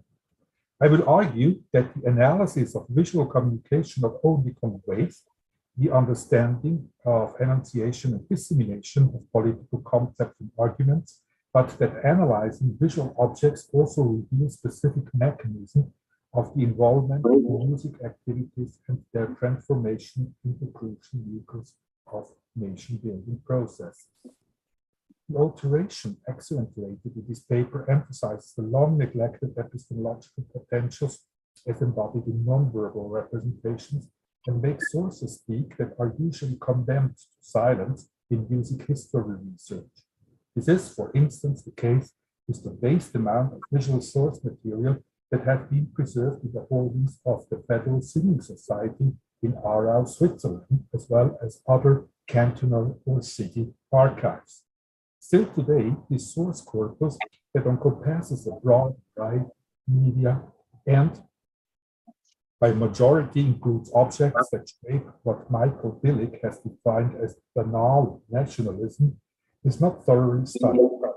In this paper, Billig's concept is, however, stretched insofar as it does not only refer to objects that remind citizens of established nations, quote, daily of their national place in the world of nations, end of quote, but beyond that, to objects and processes of communities that attempt or hope with profound desire to establish such circumstances and that are almost unnoticed inscribed in everyday social life. It would hardly surprise those familiar with the history of associations from the foundation in 19th century Switzerland that in 1842 in Aarau, the city of Aarau, was the center of efforts to found a new organization vigorously pursuing the goal of merging the various local singing societies. No, it's not. The problem is Antonio, your microphone is, maybe you can adjust for the microphone. We don't hear you clearly. Antonio, we can't hear a word you're saying. Oh, that's cool. It is, but not so good. So what can I do? Speak louder. Yeah. Or more. I think solution is Everybody else must mute. The ICTM computer must mute itself.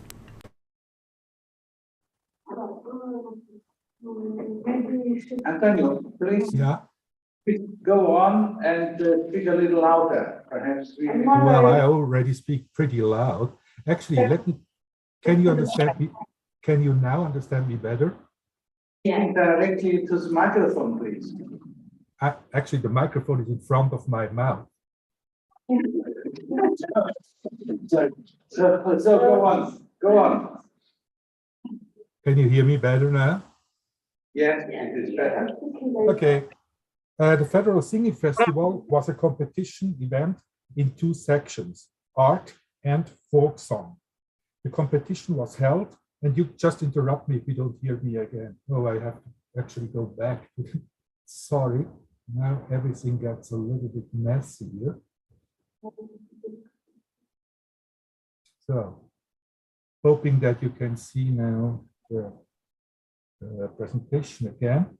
The competition was held among male choral societies only, first from the German-speaking part of Switzerland and later of all over the country, and held every other year from the 1970s onwards at larger intervals.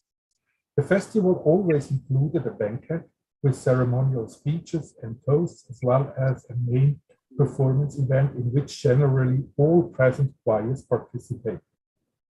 Is it better now with the voice? A little, but not very much. Please don't eat your microphone.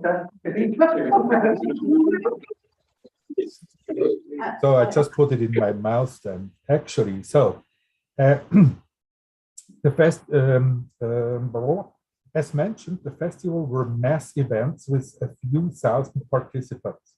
Visual documentation includes the fairground of the Federal Singing Festival held in Zurich in 1843, and that was the first one actually, and the interior of the singing hall of the St. Gall Festival a few years later. The latter picture shows the overwhelming crowded hall during the centerpiece event with a massive choir in the picture's foreground.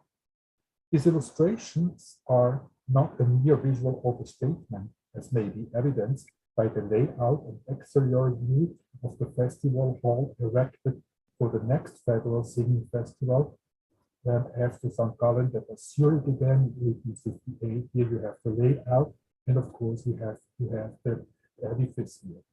At the beginning, at the opening night, the festival hall was populated by approximately 7,000 people, according to the coverage of the Eidgenössische Zeitung, the newspaper, while 3,450 individual singers and 111 singing societies participated in the competition. During the 19th century, a myriad of associations with different intentions and goals were founded in Switzerland, encompassing a broad topical spectrum. These societies and associations not only contributed to the establishment of new forms of sociability as part of the cultural assets of the new emerging bourgeoisie society, but they also made significant contribution in the formation of a national identity, or what Benedict Anderson has coined as imagined community. Particularly, the national-wide gatherings and festivals of the shooting, choral, and gymnastic associations and societies had taken an explicit national character in the course of the 19th century.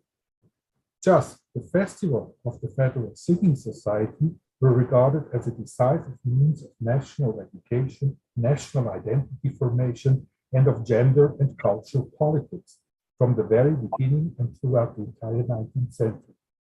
Johann Jakob Leuty, a poet and active journalist, published in 1843 the year of the first festival in Zurich, a long report about the event, praising the first singing festivals as the nucleus, both as the nucleus of the nation and the mind of the public opinion. End of quote. He declared the event a national festival, puzzling since Switzerland was only on its way to becoming a nation in the modern sense in 1843.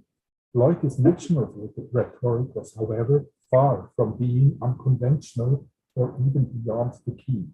It was particularly widespread in intellectual circles of liberals and radicals, as mirrored in the liberal awakening and the subsequent rhetoric and armed conflict between the liberal and conservative Swiss cantons that finally culminated in the Civil War in 1847, the Sonderbundkrieg, and in 1848 in the formation of a unified federal state with a single constitution and a parliament.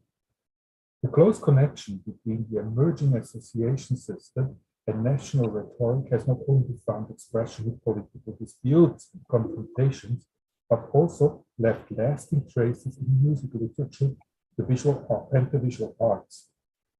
Just Hans-Georg Nägeli, one of the eminent representatives, achievements were just as decisive in the constitution and fostering of an imagined nation. As far as, for instance, Gottfried Keller, the literary output, and Ferdinand Porter's contribution to the visualization of a national identity. Although the role of singing in schools mainly focused on the theories of Nägeli and Heinrich Pestalozzi, have been researched as much as the political involvement of Nägeli's music writing in 19th century music education in Switzerland, the recognition of the nation-building qualities and the citizen-making mechanisms of these non-governmental initiatives have been disclosed only tentatively. The influence of Nägeli's writing and composition can hardly be overestimated.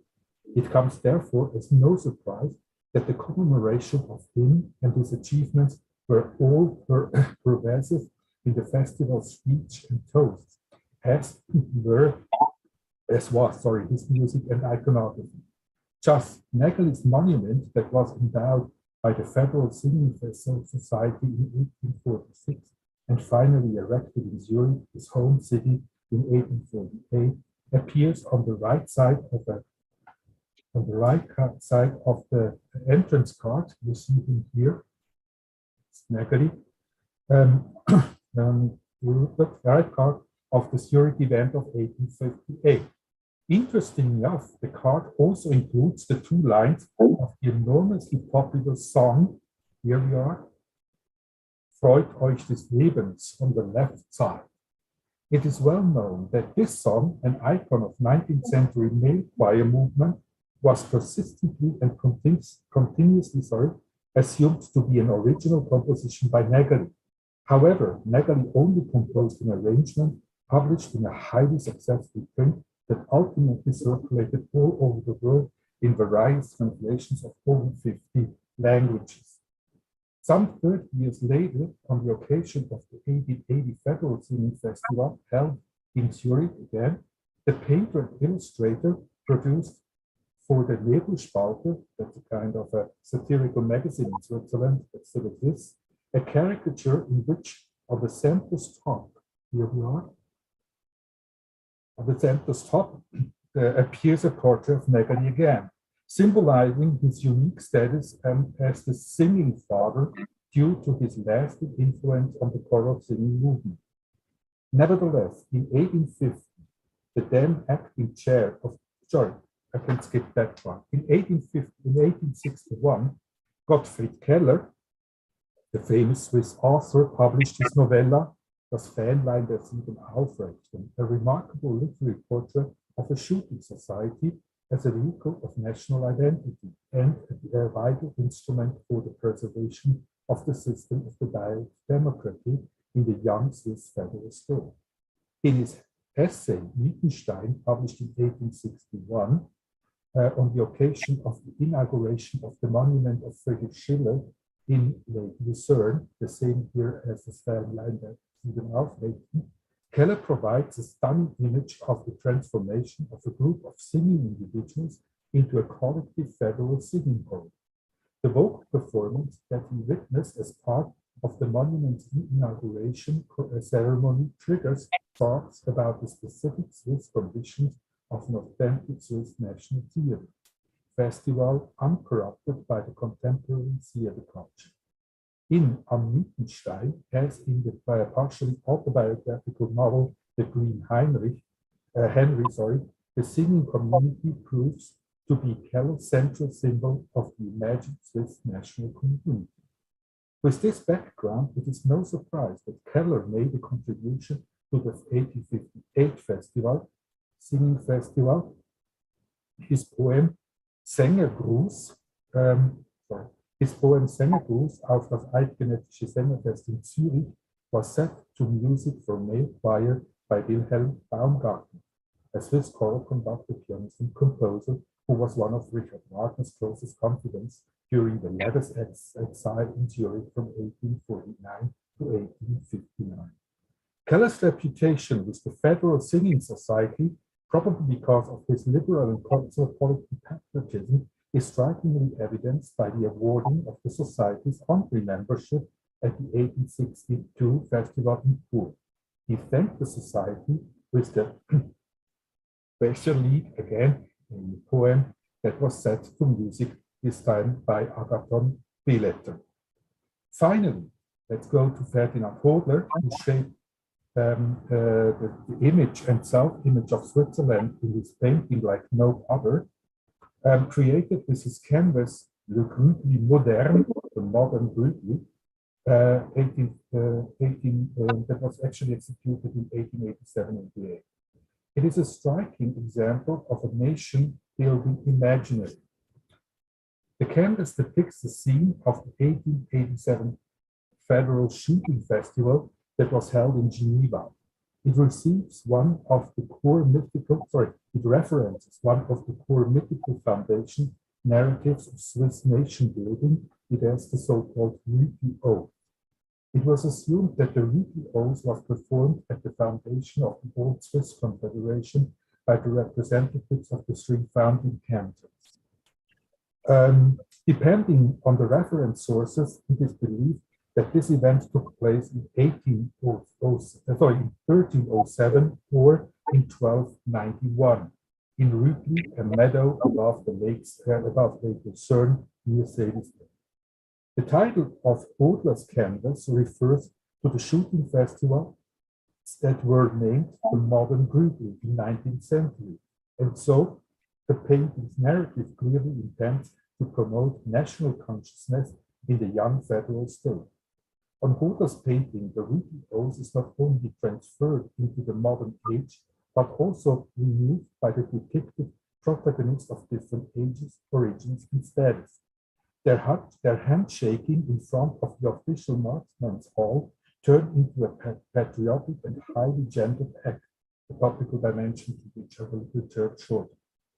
As in Keller's novella, the depicted male individuals in Hodler's canvas are transformed into a part of a collective whole, symbolizing the new Swiss nation by unmistakably referring to the timeless and strongly typified iconographic tradition in which the solitary male trio of the first confederates as depicted, for instance, as we have seen in this one, in Werner's representation of the Riti Oath, and by far more famous canvas from Füssli, currently in the holdings of the Zurich Kunsthaus.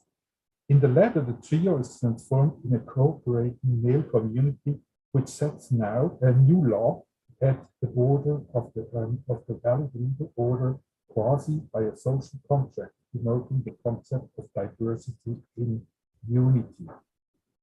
It is noteworthy in this context to mention that within the framework of 19 Swiss marksman fairs, not only shooting but also singing played a crucial identity-forming role according to the numerous preserved reports on this festival. It was particularly due to the singing's psychological dimension of confluence and its directly felt bodily experience. The emphasis of the concept of diversity in unity or imagined equality among citizens of a state is a central element of 19th century Swiss association movements. Illustratively, in this respect, is the edge inscription of the reverse side of the commemorative coin of the 1875 Federal City Festival that was held in Basel. It depicts a seated Helvetia holding a lyre, and the inscription says, "Many voices and minds, but one love for the fatherland." In 1893, the medal for the festival, again conducted in Basel, bears the inscription "Kunst der Lieder einigt die Brüder," the art of song unites all the brothers. Regarding the concept of diversity and unity that is still deeply rooted in the national consciousness or narrative of the Swiss people, the words of Johann Caspar Zollinger, the state councillor of Zurich, expressed in the toast delivered at the 1880 Zurich Festival, similarly illustrious. A quote from Zollinger: "It is true that we speak different languages and dialects, and if one hears someone from Basel or Bern or Zurich or Schaffhausen getting excited, one could argue about which of these languages, especially in musical terms, is the most beautiful.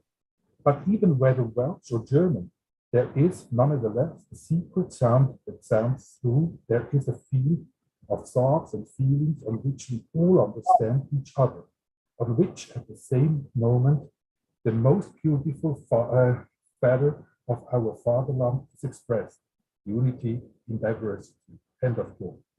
Furthermore, it is probably no coincidence that just the 1848 Federal Singing Festival took place in Bern, the so-called Federal City. It is the only remaining de facto and not de jure capital city of modern Switzerland. Thereby, that the city was chosen as the venue in which the Constitutional Commission first met on 17 February 1848, and in which the Commission prepared in 31 meetings that spanned 46 days a draft constitution of the modern Swiss federal state. This draft was presented on 8 April 1848 and, with only a few amendments, adopted by cantonal peoples and governmentals vote on 12 September 1848. I have put that a little bit here together so we can actually follow that. Just while the rest of Europe was involved in revolutionary uprising and failed revolutions, the old Swiss Confederation kind of smoothly survived the Sonderbundskrieg, the civil war that broke out in 1847 when some Catholic cantons under the leadership of the canton Lucerne attempted to establish a separate alliance. The Swiss people drew up a constitution and founded a modern state. I just skipped something, so we have a little bit more time here. An essential part of nation building and community forming process are rituals. They contribute significantly to the ordering of life and world.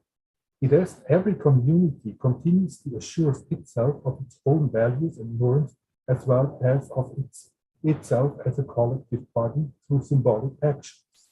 A central performative ritual at the Federal Singing Festival was, in addition to the handing over of the flag of the Federal Singing Society to the representative of the Federal's host, the entry of the individual singing societies and the erection of the so-called Fahnenburg. Here we see a couple of images that show us the entry of the individual singing societies followed a more or less strict protocol that materialized a highly symbolic transformation process. The individual societies arrived with their flags and banners and gathered on an often clearly delimited fairground, entered through via a triumph-like gate as shown in numerous depictions. I can show you more, here's another one. So it's always the same. ceremony, you go through a triumph-like gate. You actually pass that gate and become a part of a whole before you were a single entity.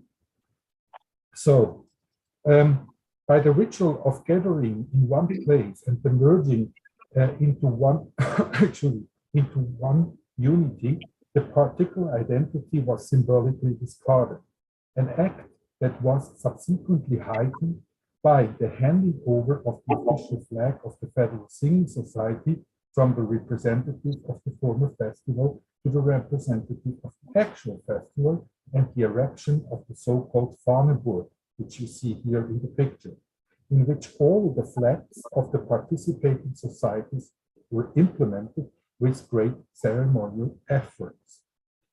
On the Fahnenburg, there is no English word for that, I'm sorry about that, enthroned the symbol of the Swiss nation, either the flag of the Federal Singing Society or the Swiss flag, the white cross in the red field.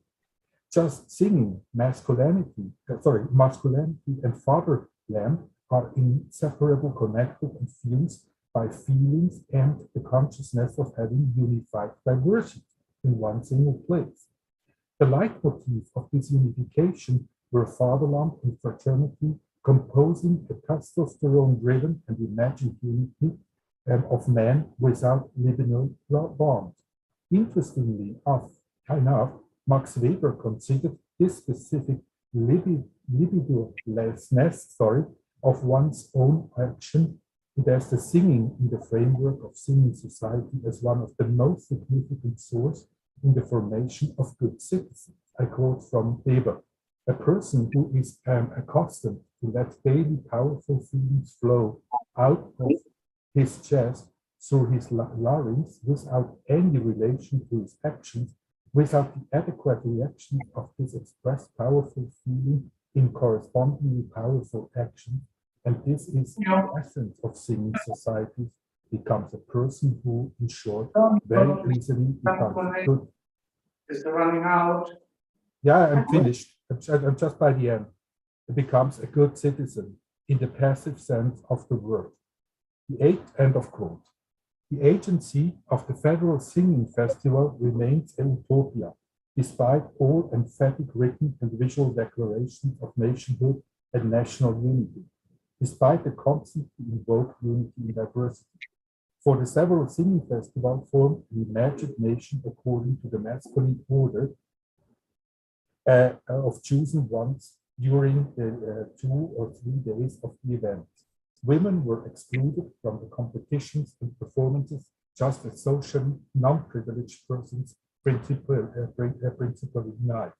Women were assigned the role of silent spectator or background supporters being in charge, for example, for the decoration of the festival hall or for the production of giveaway. First and foremost, we were, however, as in any other federal society, addressed as wifers supporting the male membership, as well as mothers and educators, as unambiguously documented in numerous toasts and speeches. The value of the visual objects, I just have one more. I actually only spoke for about 22 minutes right now. The value of the visual objects presented and discussed in this paper can hardly be overestimated. As banal objects, including the medals and badges, so that one, sorry, can hardly be overestimated. As banal objects, including the medals and badges, they circulated in everyday life and just constantly reminded the citizens of their belonging to a nationhood, particularly during the period between two festivals, federal singing festivals. The citizen was reminded of his or her place and social role in the imagined community by essentially unnoticed, yet nonetheless highly influential objects that unfolded emotional power, to put it in a paradoxical manner, not in spite of, but precisely because of their banality. Thank you very much.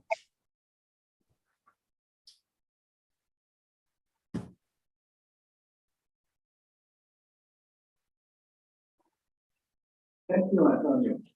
Thank you. And actually, next time I would appreciate very much if I can have my 25 minutes.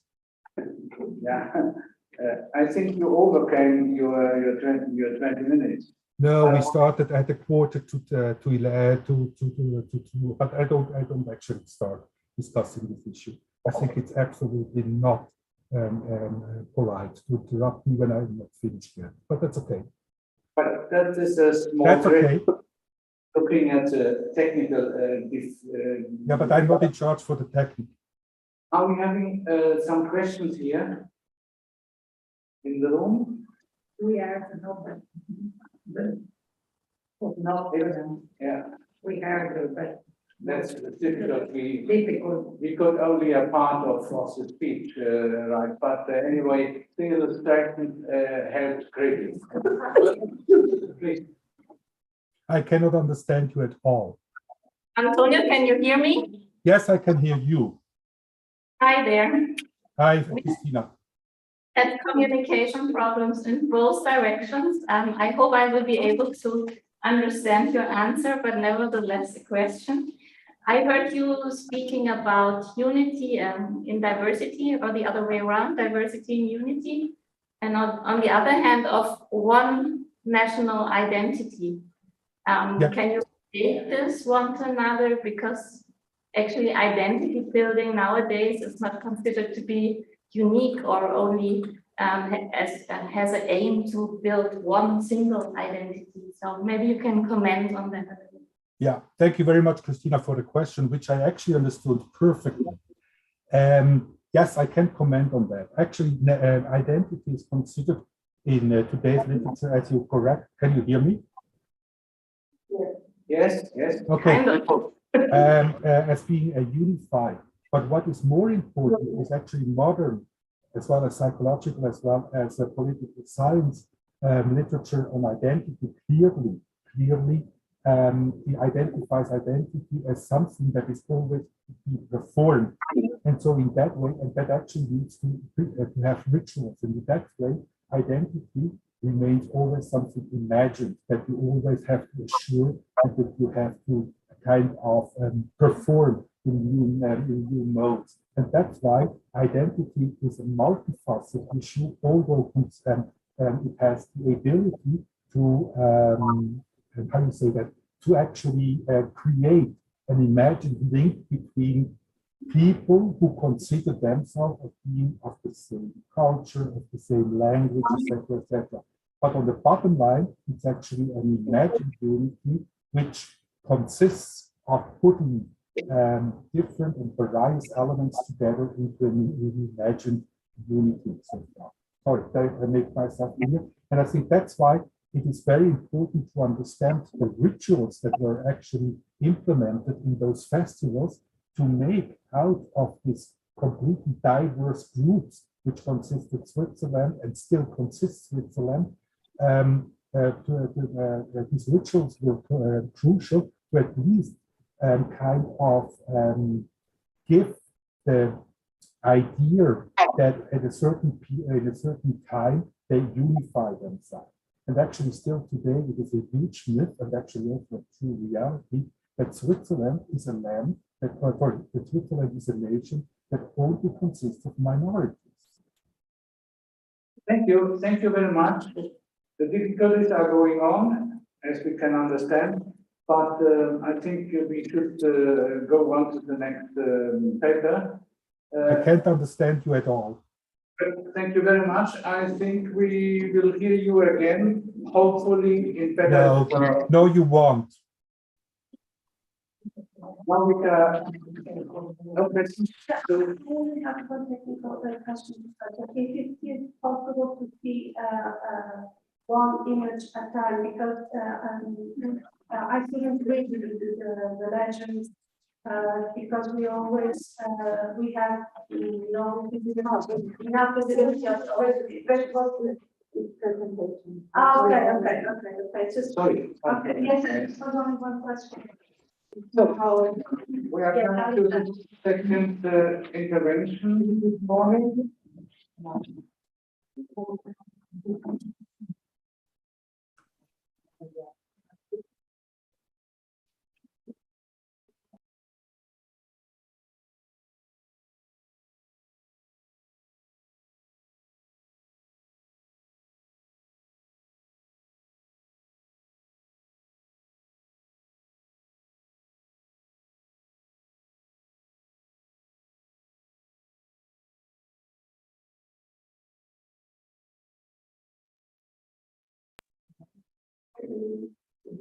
Our second contribution to this coming from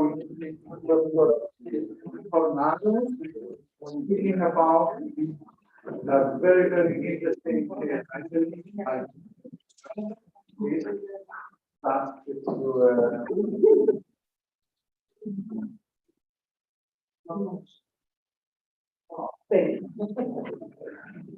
Good morning, I last culture whose wealth began to develop at the beginning of the 20th century from 20,000 sought after the start of the century to develop its own identity to differentiate itself from its great neighbors, Brazil and especially Argentina. Expert wealth generate a local aristocracy made up of large landowners and also by the intellectuals a group that was forged early while an urban middle class was emerging, concentrated in Montevideo, the capital. This support managed the wealth derived from the trade and received European and American news in permanent contact with Buenos Aires to the intense shipping activity of the South Atlantic. The so-called Second Industrial Revolution comes somewhat late to be part of the South, but it also stems farther in time until the 40s. It was proud to form the most European country in America after the genocide of the most important indigenous ethnic group, Arua people, and with a low percentage of Afro-descendant population concentrated in Montevideo in 30 years back. With this European approach, they intended to establish a cosmopolitan life which a place for leisure and the arts. The so-called Uruguay of the modernization offer a favorable environment to the reception of new technologies related to art, those that allow conservation, storage, and reproduction in a serial manner.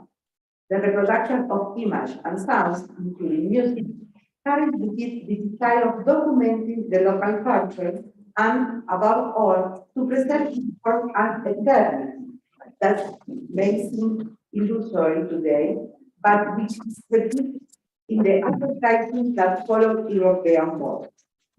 Commercialization of recording music and reproduction device began in the country in 1903 and developed in parallel with the boom of the sale of published music score and pianola rolls.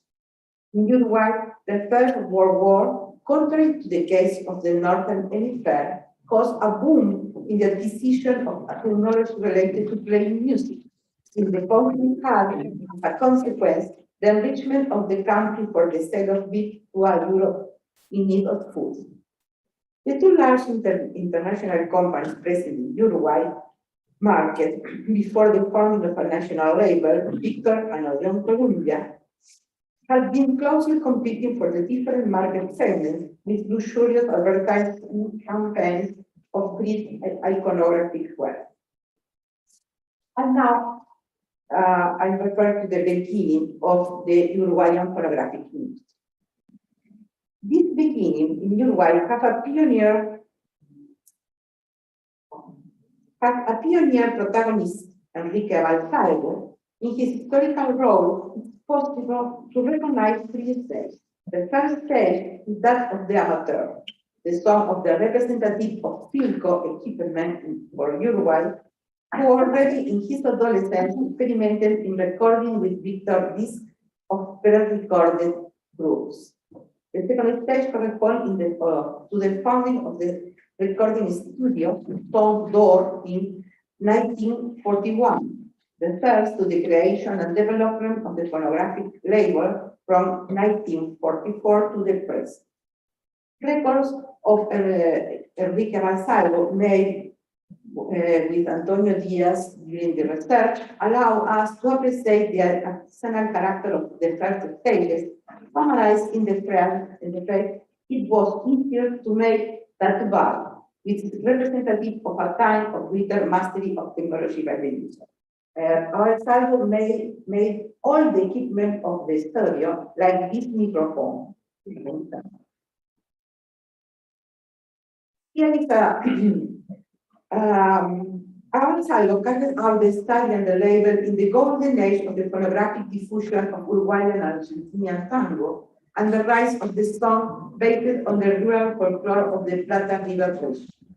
It was also the studio where advertisements were recorded for most of the country's radios and cinemas and the political propaganda of various parties. Outside of the period in question, his son, Enrique Avalo You, is the central protagonist in the development of the trend identified as Uruguayan popular song during the period of military dictatorship 1973-1985 that suffered the country. Rafael Avalo You is the current director of the company, and with him I have been working for 20 years. I included a table to show the clear pioneering vocation in technological aspects of this labor. We have, sorry. Sondor became the first recording style in Uruguay, the first industrial reproduction in 14.1, the first in the 78 RPN Shellac records, the founder of the label, develops the basic discography of Uruguayan popular music, the first 45 RPN record in South America, the first telephonic album, the first duplication of cassette professional equipment, the first to make exact recordings, and so on.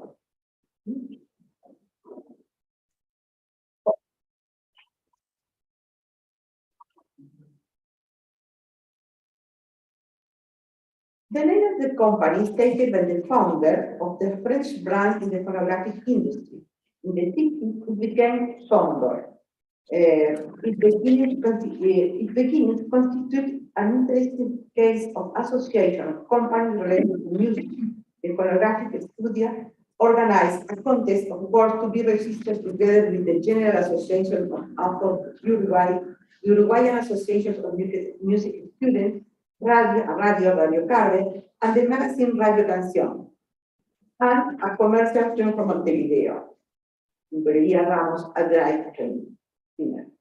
The result of the contest is made up of the first 8 discs in the catalog: tango, milonga, candombe, and Uruguayan music, and waltzes by the most representative popular composers of the moment. The image shows the poster that celebrates the beginning of a special iconographic interest due to the anthropomorphize this to represent the new era that is beginning. We can see that with particular interest the repeated concept in advertising of national character and advertising, Uruguayan authors, Uruguayan orchestras, Uruguayan recordings, which cover the entire production process in the country. This studio can be considered a true museum, as well as an industry that receives foreign interpreters to this day, due to the quality of its facilities and the possibility of using historical technology. The research in data archive, prolonged for 20 years, has allowed the identification of artisanal technological objects. Examples of all the media and players used in the history of phonography in Uruguay, and thousands of phonograms, especially of popular music and commercial advertising.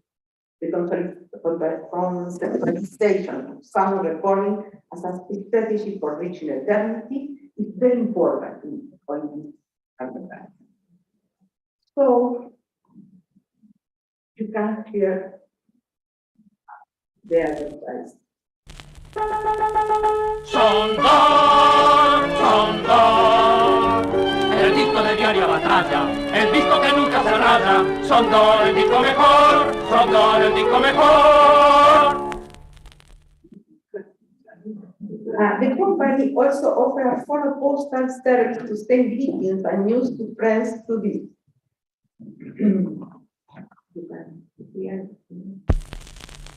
Los momentos Sondor, el disco de diaria batalla, el disco que nunca se raya. cerrada, son dos el disco mejor, son dos el disco mejor.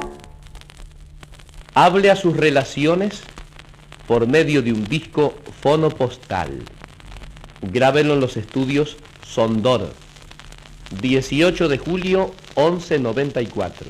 Teléfono 9 26 70.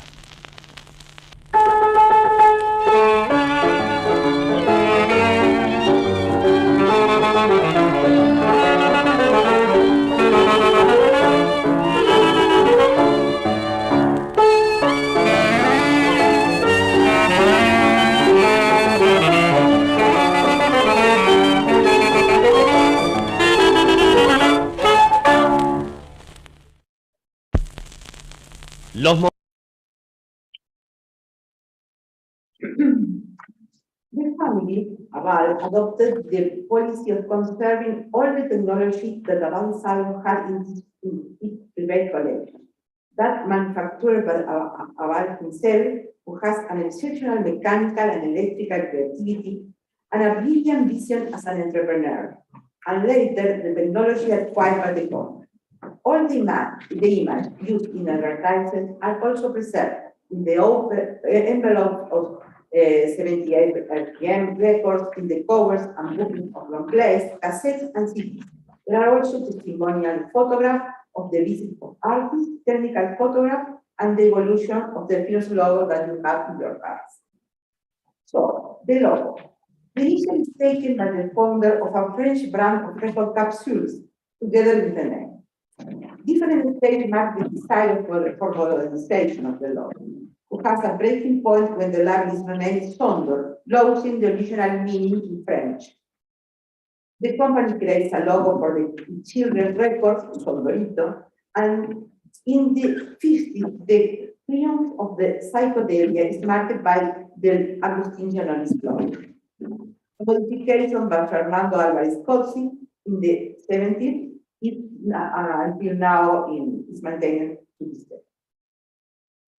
You can see the envelopes, the propaganda, and the propaganda in different magazines from the 40s, 50s, and from the 50s and 70s.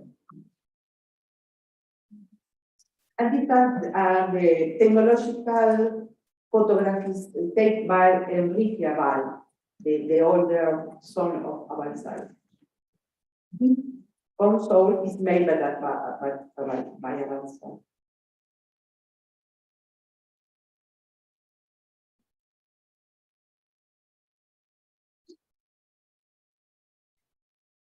And this is the first long play that imitates the Uruguayan popular song as a movement of resistance during the dictatorship. There are photographs, there are drawings. This is Eduardo Lamanzan, one of the most important voices in the popular Uruguayan music.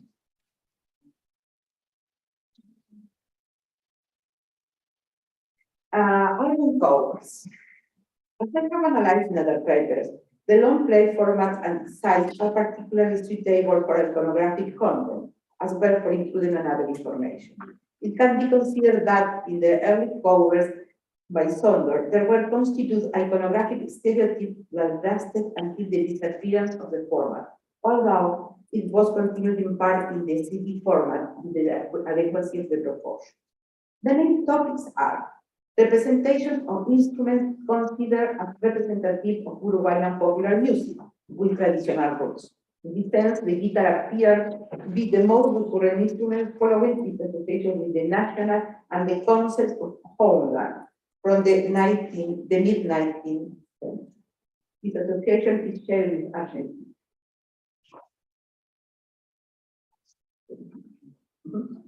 In second place, the Afro-Uruguayan drum, instrument of candombe, which is part of a national imagery in the second half of the 20th century, is represented together with other visual elements that synthesize the essence of culture of African origin in the country.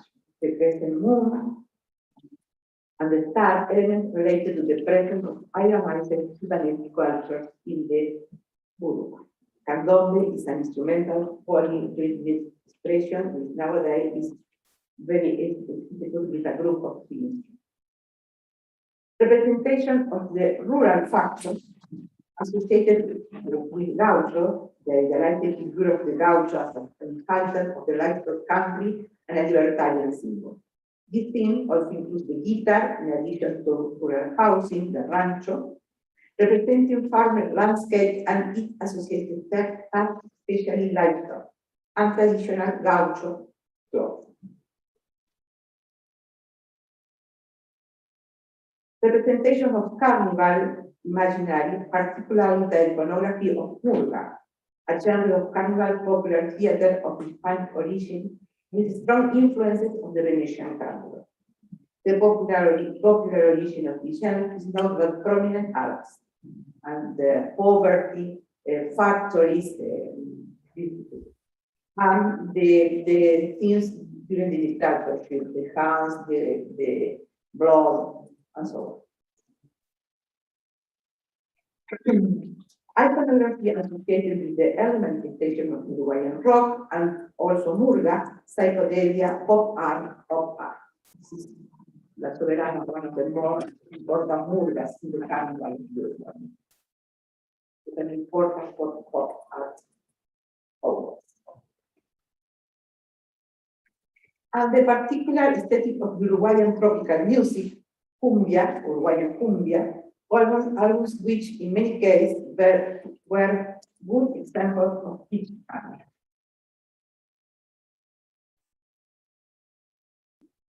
It must be stated that the comprehensive process of drawing in the analyzed material over 1,000 cover I have analyzed, followed by photographies, often appear in the combined presence of both arts. The theme representation runs from clear descriptive to clear symbolic, with a wide use of visual metaphor is especially characteristic of Paul for the representation of certain musical genres. On the other hand, in standard, thousands of pieces of drawing, photography, and typography have been preserved from the time when the covers were created by hand, also in place ready for printing. We include some examples of thousands that we have located and we have begun now this year to classify for the constitution of a special part of the archive. You can see the the typography, and the results, the long plate. The vinyl plate for the printing and the results. There are thousands of these. And the psychedelia of the rock.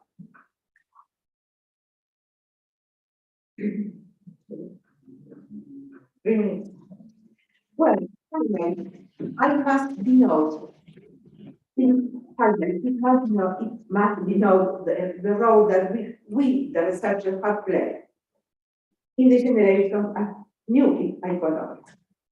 This generation of iconography takes place during the 20-year relationship with the label, as well as our responsibility of the first critical edition of popular music published in Uruguay.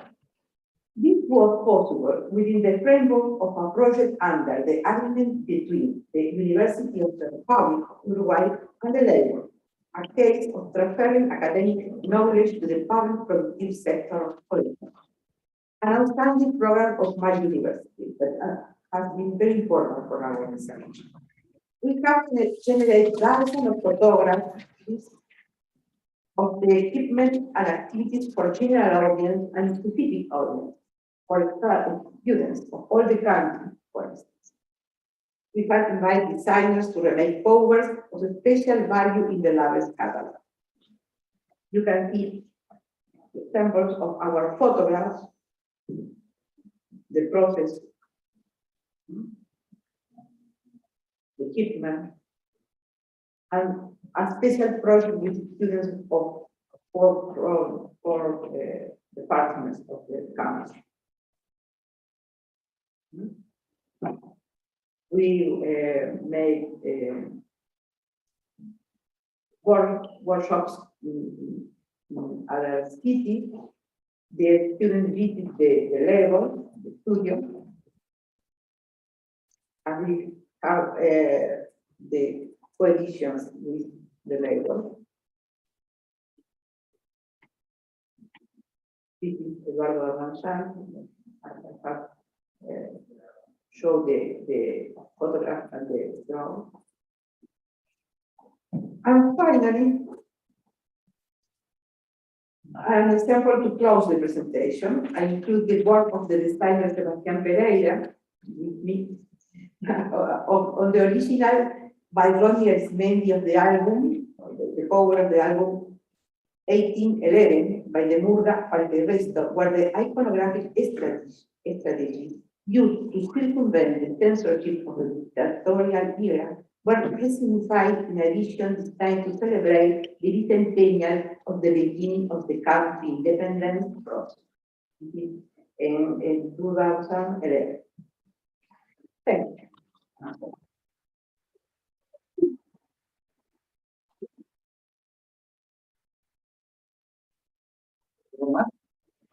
For very, very interesting paper about the quite unknown skill of production. I would like first to give the word for questions. Thank you, Marita. It was very interesting. I have two things. I'm sorry, I don't understand the term disco fonopostal. No entiendo, I don't understand what you mean. A letter from the Correia. Sí, they created the term fonopostal. It's not a letter, it's a disc as a letter. They need to send a disc to say something like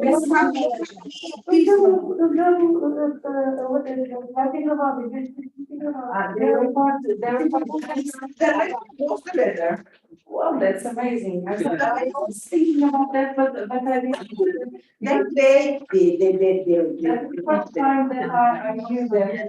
That's what I think they exist in the world, but the Uruguay was the only song that was. Okay, another question. I saw in your last images one thing.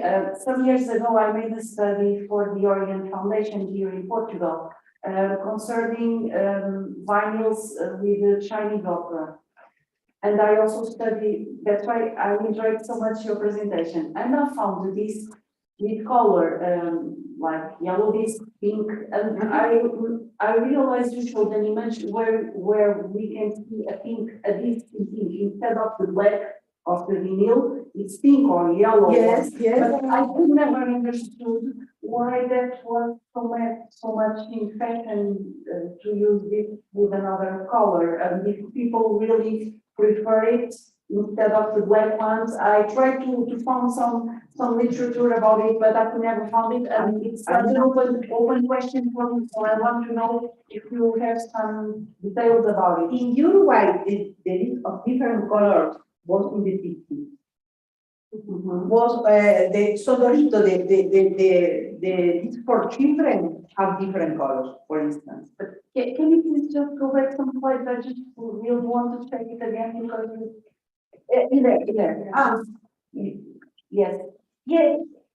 Sort of have a little amount of this. But other companies did it too. Yes, I know. In companies like Pate and I know in Uruguay was commercialized this with impressions of a face of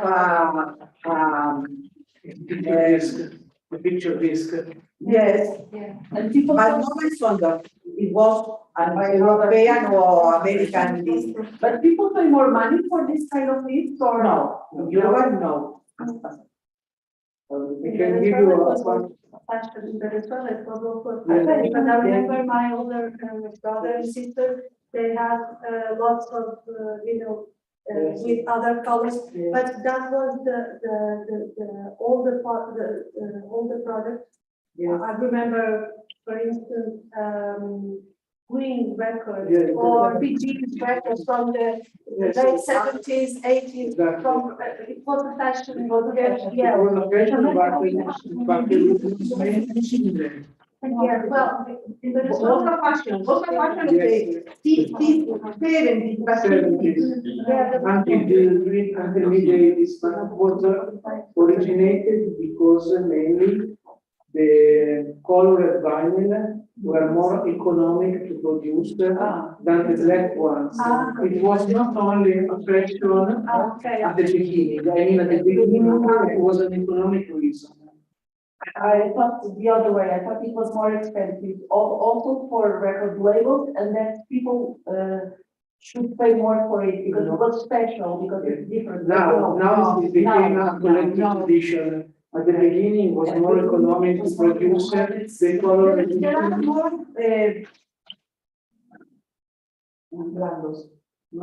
soft. There are more soft. Yes. Okay. Because There are more the soft. material is different, and even the audio quality is lower than the black one. For audiophile collections or earrings, you must have a black one because the colored one don't have all the frequencies that are normal in a record. But as a consumer, I understand what they say because me too, having normally always black records, I would prefer to buy a pink one or a Exactly. That's why they are more like it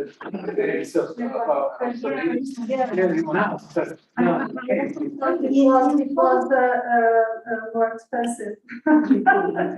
But it was after all was the opposite.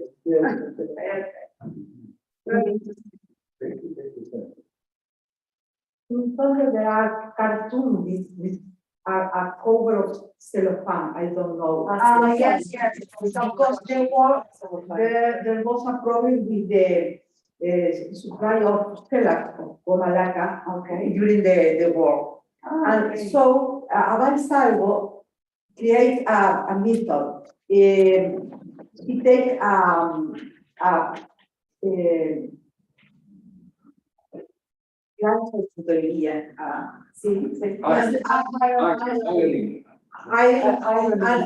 and they destroyed the growth. And no theology, because my husband said he invented the 78 RPM regravable. We have more questions. I have just one question. So, are there any publication by this label of foreign artists or only local from pop and rock contest? Sonus was the license for Victor and Decca, Columbia. So they made the Uruguayan edition. Okay. Because I collected Queen records and I have some of those Uruguayan editions, but they are all on an EMI label. Yes. And I wonder if there were other. There are other labels. Yes, of course. The first and the continue, but now the label is only a studio because the all the production is in Spotify. Yes. As a studio, then a label, and now a studio again because it disappeared. Yes. Thank you. I have a question about the repertoire. I saw only a national composer and a very special kind of music. What can you tell me about the repertoire which was recorded? Well, tango, milonga, Afro-Uruguayan candombe in the first period. Then, and the folklore inspiration repertoire. Then was very important the tropical music, the Uruguayan cumbia. You know, in America there are tropical music in different countries. During the dictatorship, the popular song, it was a movement of resistance. that include rock, folklore, murga. The first recorded of murgas in the country were made by Sonus. And this is the most important repertoire. But the first, the golden era was the band. Any kind of classical repertoire, perhaps from outside, from film, Villalobos? No. Some records from the Uruguayan orchestras, yes. No more questions, so we try to keep again. Thanks.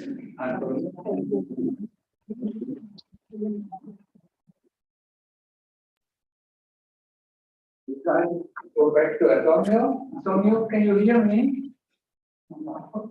Yes, I can hear you, but you can't hear me, so I actually skipped my presentation. Thank you very much. What did you do with your microphone? It's very much better. I think you did something because I didn't change anything, but it's okay. You have 15 minutes more for your lunch break. Thank you very much for actually giving me a chance to talk to you. Thanks.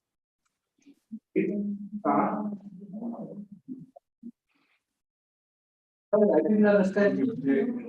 Are you going to second?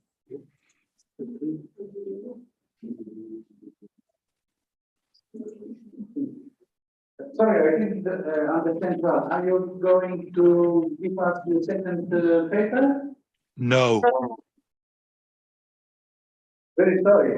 So you give us more time for lunch break. That's what you're concerned about. Thank you very much. Bye-bye. Thank you very much. Bye-bye. So we can close our second session. Very generous from Antonio. We have much more time for lunch. And I must ask if there is any questions or even questions from outside, from online. No, nothing more. Okay. I wish you a good lunch time.